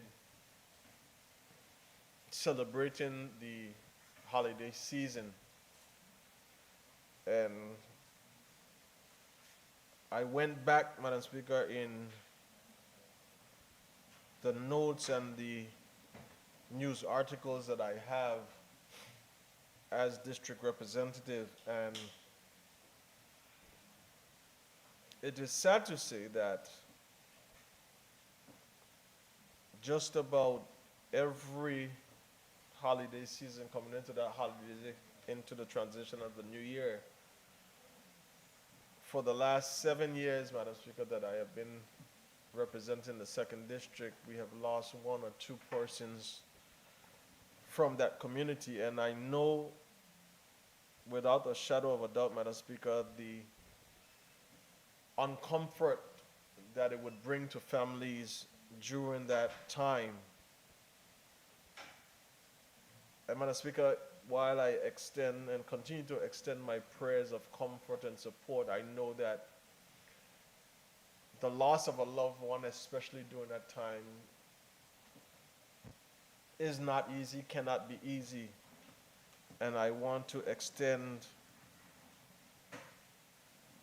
my continuous support and prayers to the family of the late Walter Calwood, who was buried just over a week ago, from the community of Bruce Bay, and to his siblings and his loved ones, Madam Speaker, as well as most recently a young man who I grew up with in the Mayor's Mayaba area, Mr. Marvin Thomas, who was born on the same day as I was, September 9th.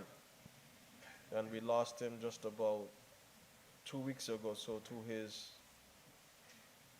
mother, Aunt Rose, and family, his siblings, I extend my condolences to them. And Madam Speaker, as well as all the persons who are ailing, who are dealing with some form of illness or sickness, be it hospitalized. I recognize my good friend and Aunt Ava Brathwaite to let her know that I am continuing to pray for her, and all others that are going through any health challenges. Madam Speaker, I am looking more and more to see, especially when it comes to our young men, that we start to look at how we are dealing with and managing our health. The Minister of Health would know that there continues to be a number of rising amounts of cases of, especially with men, with diabetes, and most of whom end up on or being treated on dialysis, Madam Speaker. But I think over the last couple of months that I know, I guess become more sensitized to it, there are at least 5 young persons that I know, and when I say young, Madam Speaker, I mean between the ages of 25 and 35, that are suffering from diabetes, Madam Speaker. So I believe it is in our interest as a territory to just continue to pay attention through the Ministry of Health. I know NHI put on a health fair the other day, and other community organizations continue to do the same thing. But as individuals, as families, Madam Speaker, I think it is something that we must pay attention to, not just diabetes, but our overall health, ensuring that we are looking after ourselves, and not just for males, Madam Speaker, but for us as a territory. Because that moves me then to the aspect that I believe has been my cry in this house, Madam Speaker, for us to care for our elderly, for us to care better for our elderly. In the budget debate, Madam Speaker, I noted the request that I made for additional caretakers and care workers in the Social Development Department through the Ministry of Health to be able to ease the burden, Madam Speaker, and also be able to prevent or fight against the lack of staffing that you have within that department that deals with those aged care benefits in our community, Madam Speaker, to have just about 10 or 12 staff who need to be either living in with aging member of our communities, or even to transition and be there temporarily during the day. Madam Speaker, our community is getting older. They're living longer, Madam Speaker, but to have just 12 or 10 or 12 staff members, when the number of seniors continues to increase and the number of illnesses continue to vary from person to person, Madam Speaker, I believe it is time that we ensure that we put the funding necessary to hire additional persons to help families, help persons in this territory take care and manage those persons who have paved the way for us. Madam Speaker, if they pave the way for us while they're living long, they should be able to enjoy what we are carrying on.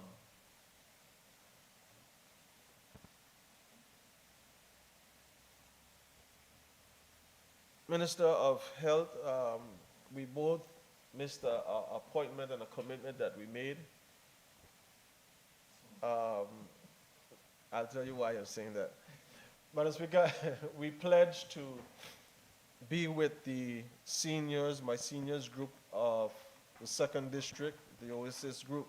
We pledged to be there at their first meeting, but we are here. We have to be here yesterday.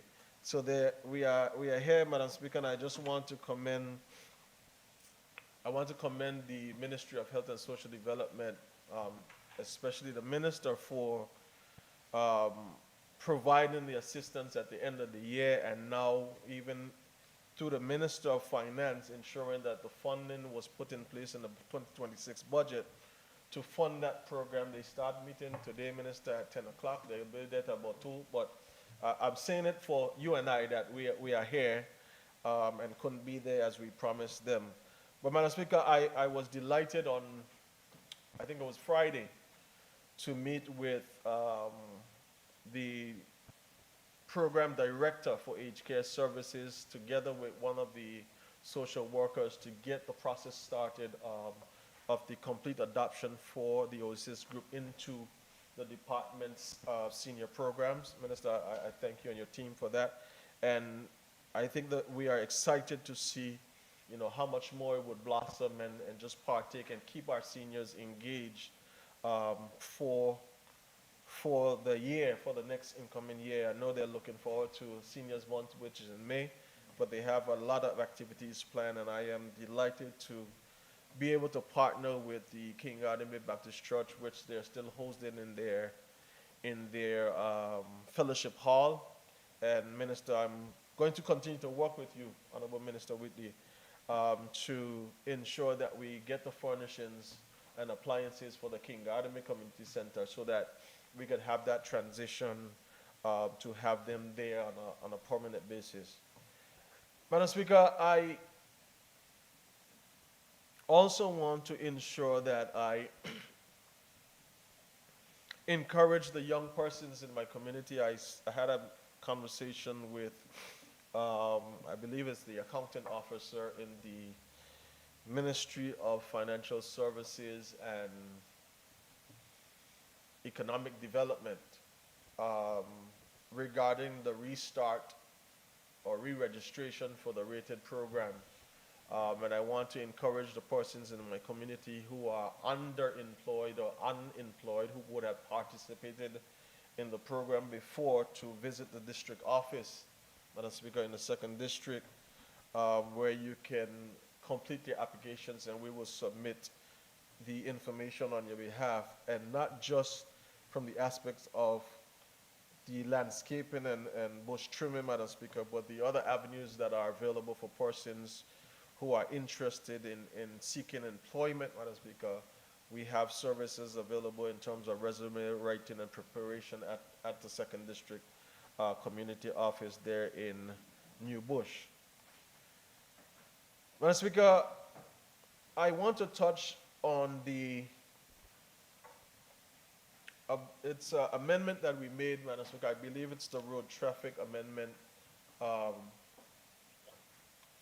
that we made some changes to in 2025. And Madam Speaker, while we were going through it, I know the minister stated the importance of doing it and amending some of the fees to ensure that we are keeping regulations in terms of traffic. But one of the things I believe, and it was brought to my attention, Minister, so I missed it as well, but I am man enough to come and say it because it was brought to me, so I'm going to bring it here. When persons now are renewing their licenses and registering their vehicles, there is a fee. There is a fee charged for the derelict fee. Minister Hill, I know. But Madam Speaker, the challenge that was brought to me was that we have to ensure that we look at how our retirees, our pensioners are dealt with. Because, Madam Speaker, this now is a fee that they are asked to pay on the same retirement income that they have, and we are dipping into it. So, for example, Madam Speaker, somebody 70 years of age, 75 years of age, who was able to drive past the necessary requirements for registering the vehicle and being able to operate the motor vehicle in the territory, Madam Speaker, we're digging further into their income with this derelict fee. So I am asking, Madam Speaker, that we look at that and see, just as we have certain exemptions and limits or even discounts for the seniors of our territory, that we consider what that means for them, because until we increase the living wages, living benefits for them in their retirement, Madam Speaker, then we are putting another fee, quote unquote, tax on them that dips into their already minimum or minimal earnings. Madam Speaker, the acting premier or deputy premier is in the premier's stead, but I will again throughout this year harp on the premier and his government to ensure that we move with haste towards the implementation of that defined contributory plan for the members of central government. And Madam Speaker, why am I saying that? I'm saying that because we continue, and we have continued for years, to rack up an expense that is not funded anywhere. It is not provided for, Madam Speaker, it is not calculated anywhere. It is just monies that come from the consolidated fund, but it is costing the taxpayers money. And Madam Speaker, the quicker that we can move towards from studying to implementation of this defined contributory scheme, Madam Speaker, or plan, Madam Speaker, I believe it would ease the liability on the government's purse for persons who are operating in the system. And while we're doing that, Madam Speaker, it also gives the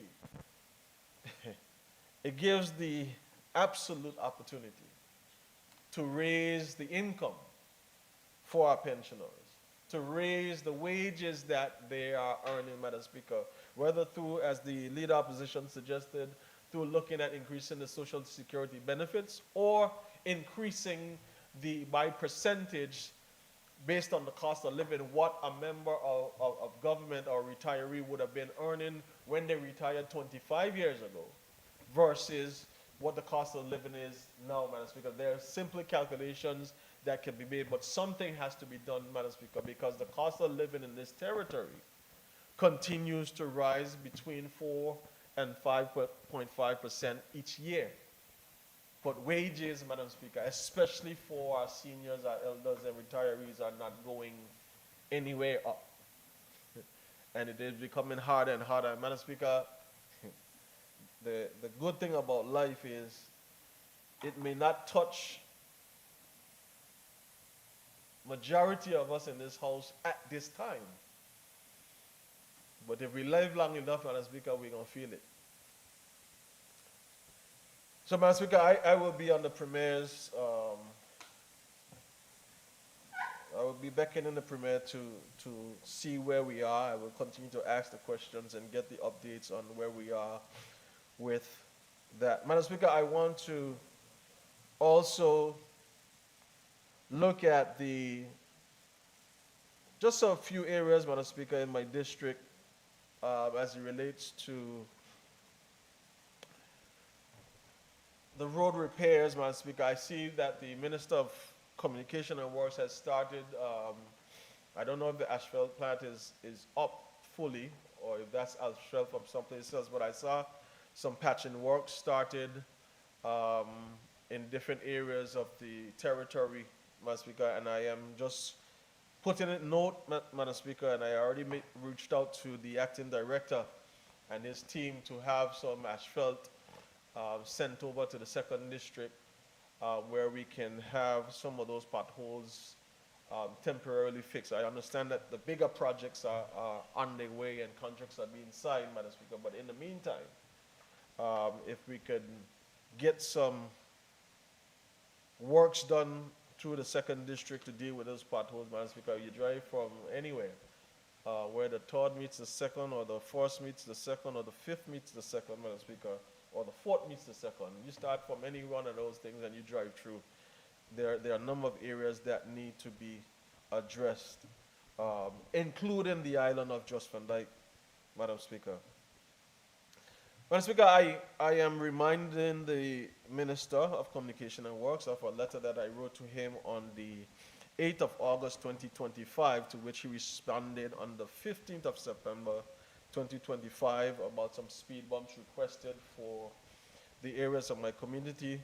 Madam Speaker, there were specifically 6 areas that I identified that are proven and providing to be a hazardous areas.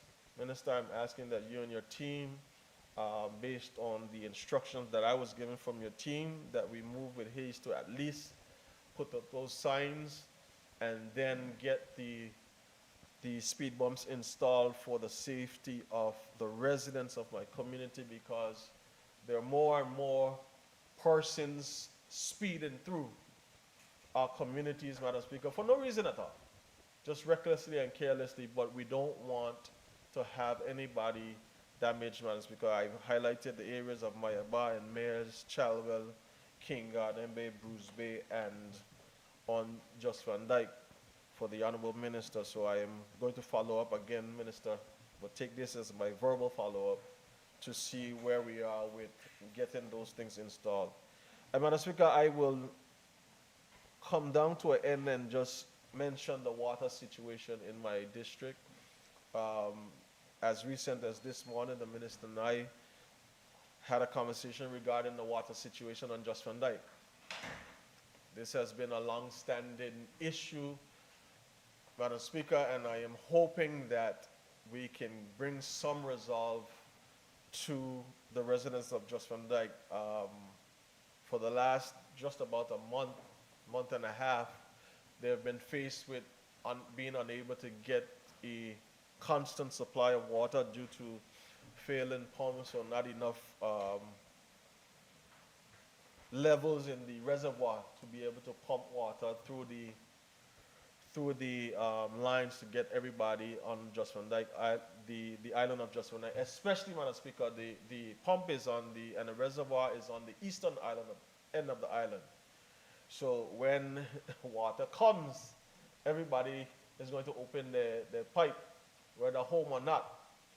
And it now is creating a challenge, Madam Speaker, where on the western island of the island, which is the White Bay side, persons are still unable to get water and are running out. So, Madam Speaker, I am asking that the Minister, the Acting Director, Mr. Avalo Alfonso, and his team, who are doing the best that they can with what they have, Madam Speaker, continue to work towards bringing a solution to this long-standing issue. And then throughout the district, Brother Bruce Bay, Spooner's Estate, King Garden Bay, Chalwell Mayors, and the Mount Healthy area, Madam Speaker, on varying weeks sometimes there's inconsistency with the supply of water, which again I have made reference and channeled to the minister for his attention. I see some work being done, Madam Speaker, in the area that I complain and bawl about.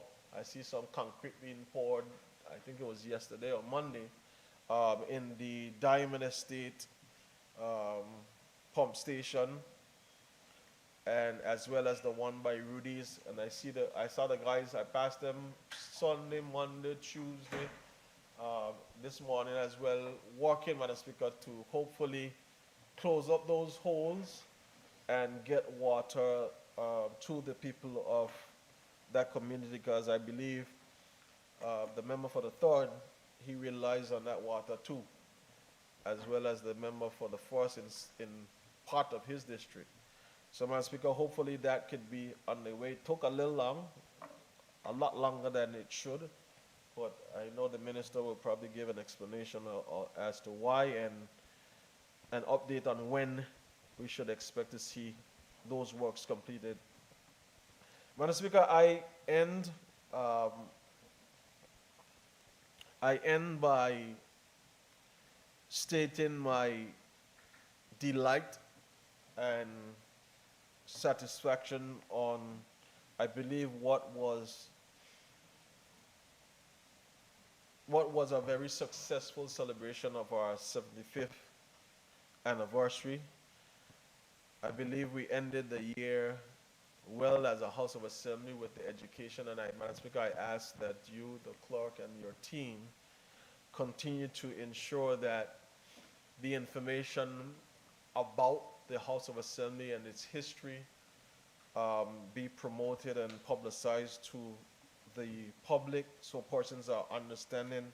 Madam Speaker, I believe what is happening more so now is that the information surrounding the bills that are passed in the House of Assembly, the debates that are had, are being sensationalized, Madam Speaker, to a large extent for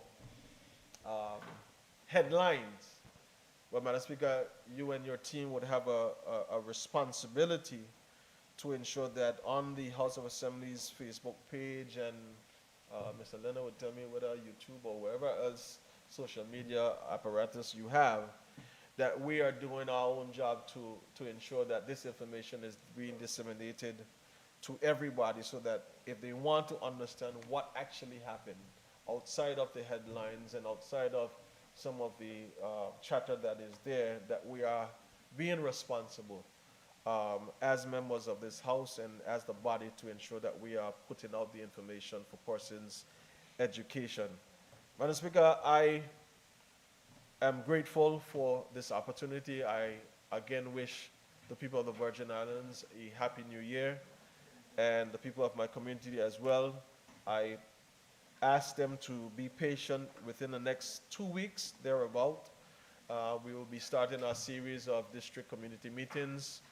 We usually have 5 meetings, so we'll have those meetings before the end of January 2025, and then continue to keep them on a quarterly basis.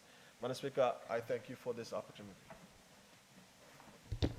Thank you. I recognize the Minister for Communications and Works, Honorable Kai Reimer. Thank you, Madam Speaker. Madam Speaker, usually on these days it's basically ceremonial that we go through the speech from the throne and, we adjourn the House. But members, as it's on the other paper, members feel the need to address their constituents and we understand the democracy of the House. So, Madam Speaker, I just want to, acknowledge some of the challenges that were brought up. Not new challenges, but I just want to go into, some of the work, and also acknowledge the guys at the team at Water and Sewage, as was mentioned before. Acting Director Van and his team. And the challenges discussed, Madam Speaker,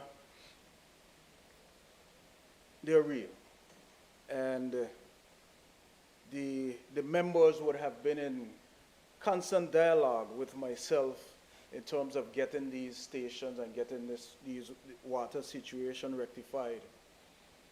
I know the member spoke about the pump in Free Bottom and, and Just Van Dyke and other areas. Water is a national critical priority for this government. When we deemed that it was done in cabinet, we initially did our assessment based on the funds that were allocated, and we were able to place an order.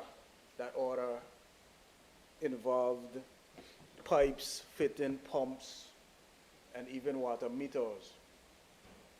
The Virgin Islands were a bit small, so I don't think the order got the priority, and we were just now receiving some of those material. I think we were just able to collect some pumps off the dock early this year that we were able to replace those that were damaged for quite some time. Water meters, I think we're still waiting on them.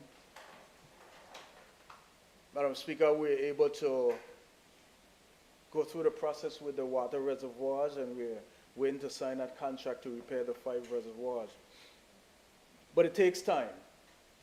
It certainly is not going to be a fix that I can assure the public that is going to be done today or tomorrow. We're going through a process. And based on the budgetary allocations, we are doing what we can based on that. I know the leader of the opposition spoke about the $100 million. It should all be, or most of it should be allocated to repairing the water. I wish we had that luxury, because then obviously the road would be neglected, the complex would be neglected, all the other works that are inclusive of the $100 million. And not to say we're like the U.S. Virgin Islands. I just had a conversation with a consultant from over there who said that the federal government gave them $3 billion to repair their water infrastructure. So all the pipes and all the fittings would be replaced. $3 billion. I know we've heard that the USVI, they've eaten our lunch for quite some time, but we do not get that financial support from the UK as the USVI gets from the United States federal government. But we are doing what we can, and it may sound like a broken record stating, we ask for your patience as we work to remedy these situations. Just as we got the pump repaired in Free Bottom, we are repairing pumps elsewhere. I know the representative from from the 2nd District spoke about, the water pressures. And as we're designing now to get water over to White Bay, because as he mentioned, the reservoir is on the eastern side, and by the time it gets to the end of Great Harbor, almost everybody has opened their faucets and refilling their cisterns, so it makes it a bit difficult to get water over to White Bay. But we're working on trying to get a pump station there at the foot of the whole road, so we can pump the water over to White Bay. So we have done the assessment, and we're working on getting water to all the residents. We're also trying to get meters to those residents, those consumers who have requested as well. So it is a work in progress, and we're hopeful to have some good news shortly as to remedying the water situation here in our territory. Madam Speaker, I just want to mention that we just signed the contract for the road from Western to Road Town, and on the weekend we would start doing some work there. Notice would be going out as well as to accompany what I'm saying in terms of getting those works started. We'll be doing some revetment in the Coxseat area, and then we'll be doing some road paving around the Bluff Coxseat area, just to start that road work, and we'll put out a schedule as to the works to be done there. And hopefully we'll get Seacousby started as well with the road works. So we'll have a comprehensive road rehabilitation from West End to Road Town. So, Madam Speaker, I just want to briefly, speak to the concerns raised pertaining to the roads and the water, and let the public know that we are working diligently. Guys are working 24 hours a day to make sure that when there's a leak, when a leak appears, then it's remedied, it's repaired to be able to get water to our consumers. So we'll have more days of speaking in this honorable house, and I just, want to acknowledge that the cries are not falling on deaf ears. We are working to repair the water infrastructure as well. Thank you, Madam Speaker.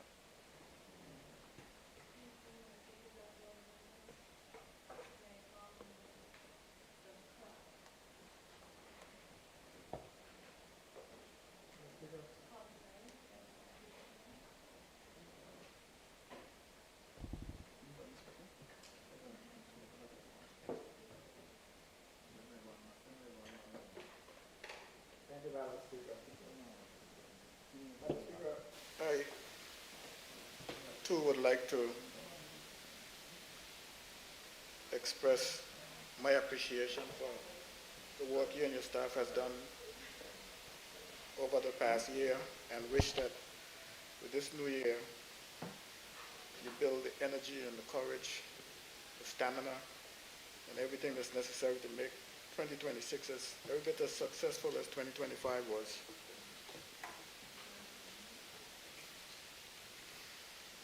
Madam Speaker, we had the governor here today with his speech from the throne. Of course, the speech from the throne is the government's list of priorities for the coming year, or the year that we're in, the year that we're in. And I hope that everyone had the opportunity to listen in and be in a position to hold the government to the things that was said in the speech from the throne. Madam Speaker, as you would notice, as everyone would have noticed, the Premier is not here today. And it must have been for very good reasons that he's not here today. In the region, we are having situations that are unsettling, and it calls for concern among all the countries in the region. And I think the best way to deal with concern of such is to meet. And he has been, with his colleagues, meeting on matters that are taking place in the Caribbean and how they should go forward dealing with them. Madam Speaker, this period that we're in right now, which is the other business, it gives members the opportunity to share their views and speak. But, Madam Speaker, I'm sitting and I'm listening, and it's a new year, and I'm trying to ask myself and figure out what is it that we do as representatives of the people when we come here to the House of Assembly. And I ask myself the question, will we continue doing things the way we have, or are we going to make changes to the way we do things? The Premier made a proposal, Madam Speaker, that going forward, we made a proposal that going forward, we adopt new means and methods of doing work, doing things. Coming out of the COI, Madam Speaker, we clearly should have understood by now that business will never be the way it was in the past. So how do we adopt? The way district representatives literally ran their districts in the past is not going to happen anymore. Try as we may to continue doing it that way, it's not going to happen. And we're probably seeing, last year we probably have seen exactly what's going to happen in the future. Whether we want to acknowledge it or we don't want to acknowledge it, that's exactly what's going to happen in the future, and it's going to get worse. I'm listening, Madam Speaker, and I'm asking myself, Is it a proper use of our time as representatives to have to be coming to this house every sitting talking about potholes, talking about water, talking about toilets, Madam Speaker, talking about bush cutting, and even sometimes they talk about braziers. Madam Speaker, the Premier has suggested that we move to introduction of local governments. If we had adopted that principle, Madam Speaker, if we do adopt that principle, instead of coming here to the House and talking about these things, we would have already discussed that at the local level. And let them be the ones to go push the government and the ministers and whomever about these potholes. All these lamp poles that has no lights, no lamps. We would petition the BVI Electricity Corporation for lights in the various areas that our constituents are asking for these lights. But Madam Speaker, in the absence of a map that indicates each of these poles that has no lights, what do you tell the guy? Where's the light? I even resort at one time, Madam Speaker, to getting a can of spray paint and trying to paint the pole to tell them the ones with the red paint on it is the one that needs light. Because they don't put lights on every pole. But it doesn't work because if you know the paint don't show up too good. After you leave, the paint fades. By the time they get around to it, there's no paint on the pole. But the point I'm making, Madam Speaker, we have to find more efficient ways, more effective ways in getting things done. And I don't think that the message is clear enough. It hasn't gotten through to us clear enough, Madam Speaker. Back in the day, we used to get funds as district representative. We didn't get the fund, but the fund was made available to us to assist our constituents in making the access to their homes palatable, motorable. That don't happen anymore, Madam Speaker. It's not going to happen again either. We used to get access to funds to assist our constituents in making their homes, even their homes, safe by assisting them with constructing retaining walls. This is not going to happen, Madam Speaker. It's not going to happen again.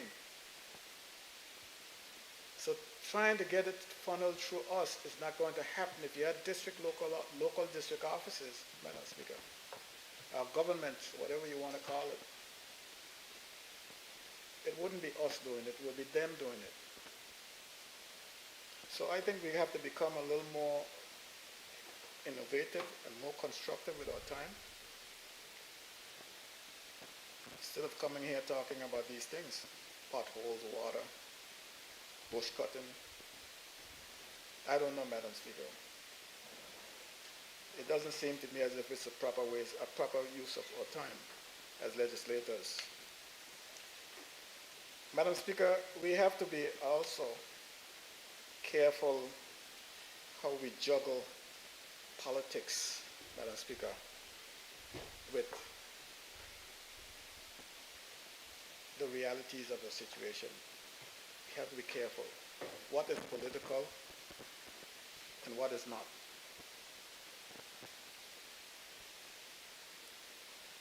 Madam Speaker, we talk about development in the territory. Then we talk about hotel development and the lack thereof, the absence of.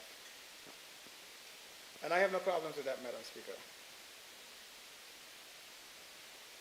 But what I have a problem with, Madam Speaker, is the situation that has developed between the U.S. Virgin Islands and the British Virgin Islands. I have a problem with that stuff being talked about in this House of Assembly by members, knowing full well the sensitive nature of it. And Madam Speaker, the fact that the Premier doesn't get up in this House and speak about it doesn't mean that he isn't actively pursuing it. We've had 2 meetings with the United States Virgin Islands, and anyone who is being honest will tell you that there were serious meetings. One here, which the governor and his deputy and even senators came to, and another one in the United States Virgin Islands, which the Premier and his ministers went to. We had meaningful discussions. And I don't intend, Madam Speaker, to discuss or talk about this thing in the public domain. But I just want the public to know that no one is sitting by idly and watching things happen and doing nothing. The Premier is actively pursuing this whole matter. So I just want to make sure that that is clear, and I urge our members, the members of this House, that whatever you say or do, if it's not something constructive, to leave it alone, because you're only damaging the territory. You might help yourself, but you're not helping the territory. And that's where we are with matters like that. And I'm sure that the Premier might have something more to say. If he does have anything to say about it, he might have something more to say. Madam Speaker, as the year turns, I want to remind you, Madam Speaker, that it's going to be a busy year as far as legislation is concerned in this House. We have pressing matters, one being the Constitution, and a host of other pieces of legislation, as you heard the Governor mention this morning in the speech from the throne. There are many pieces of legislation that we have coming forward, or would like to bring forward. A lot of that's going to be riding on the backs of the Attorney General, Madam Speaker, because our government is only going to be as good as our Attorney General chambers are. Everything revolves around legislation. You can't get anything, you can't even get an appointment letter out to members of these committees that we are forming, these boards that we are forming, unless it passes through the Attorney General's chamber. So, there's a lot of responsibility in the hands of that chamber, and when we speak about these things, we're not complaining, Madam Speaker. We're doing as much as we can to encourage the Attorney General and her staff to get whatever needs to be done, whether it's in the form of resources or in the form of cooperation. We're ready, willing, and able to do those things, Madam Speaker. Madam Speaker, I would like also encourage the members of the government to work with their staff, work with the opposition, and make sure that we all know that we're all in this thing together, Madam Speaker. It's not a us thing or their thing. We're working together for the territory. And Madam Speaker, last but not least, to those families who have lost loved ones since we were here, and even the ones that we buried since we were here last, I extend my deepest condolence, and on behalf of the government, to them and their families. Thank you, Madam Speaker. Thank you, Minister for Health and Social Development, Honorable Vincent Wheatley. Thank you, Madam Speaker. I promise my colleagues that I'll be brief, and that I intend to do, but there's a few things that I feel I must say before it is lost to time and busyness. Madam Speaker, first of all, I want to wish the entire territory a Happy New Year, particularly the folks of the 9th District, Anegada, Virgin Islands, and surrounding Keys. Madam Speaker, I really want to, the main reason for standing is to commend the members of this House, because something extraordinary happened last year, and I am very pleased at the way the members handled it. the Ministry of Health and Social Development, through social development, made available to all district representatives a sum of money, particularly to do things for the seniors in their districts and for the at-large members also. And I must say, from the feedback I got, Madam Speaker, from all the districts, the members did a fantastic job. On behalf of all those seniors, some didn't have your numbers, so they contacted me to say, tell that large member Skelton, I said thank you. Tell that large member Smith, I said thank you. Tell that large member De Castro, I said thank you, and on it went. And all the districts who didn't have baskets, and that large member Meta, sorry. I thought he wasn't here because he's normally on the other side over here. He's actually behind my back, so we gotta fix that. But I really want to commend members. I was able to attend one function that's put on by the member for the second district with the seniors, and I must say, it was delightful to attend that particular program for the seniors. Don't you guys really want to make sure the members know, those who did receive calls personally, that a lot of the seniors and the persons you gave those baskets to have pictures of what some of you did, because people say, come on, why don't you see what that last member sent for me? Come, look, oh, he got it right. I really love this particular thing. So people really appreciate it. I want to thank you all for doing it. And just to, people know the seniors are very dear to all of us, particularly myself. And in terms of, we have done more for seniors, Madam Speaker, than any other administration going forward. Through the Public Assistance Act, we raised the amount of money they get, we increased the categories, and so forth. We intend to do more. I'm happy to see that the program, the WISHES program, is finally funded. I'd like to see all the districts with these programs, but there are some financial constraints that we have to deal with. And I just want to clear up one thing that was said that could be taken the wrong way. The pensioners do get an increase annually. Whether it's adequate or not is another question, but it's based on the Consumer Price Index. I think it happens every January. For those persons who receive very small pensions, it may be very negligible. I think one of the members asked us for us to do an extraordinary increase, because he is correct. For some pensioners, the only funding that they get to live on is the Social Security pension.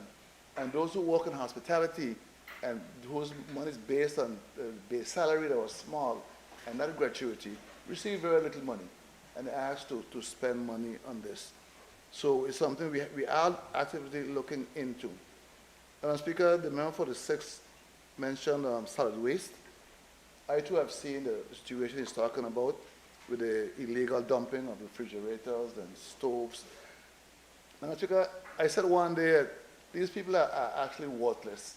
The same truck you used to take the garbage to the bin, you could take it to the dump site. Until one day I was going home, I saw something that looked so strange, I couldn't figure out what it was.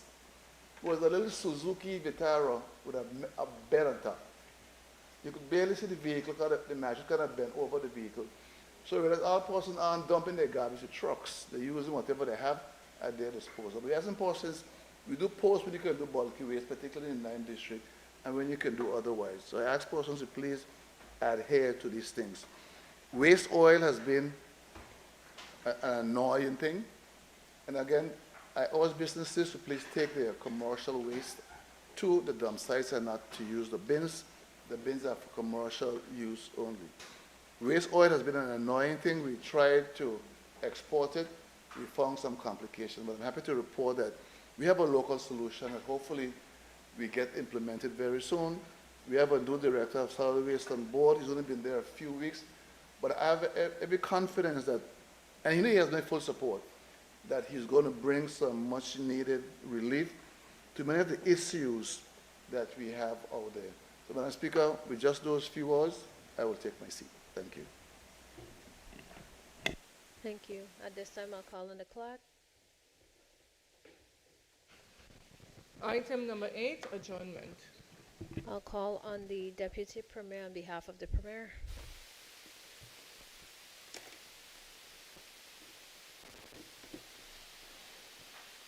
Madam Speaker, I move that this Honorable House be adjourned until Thursday, January 15th at 4 p.m.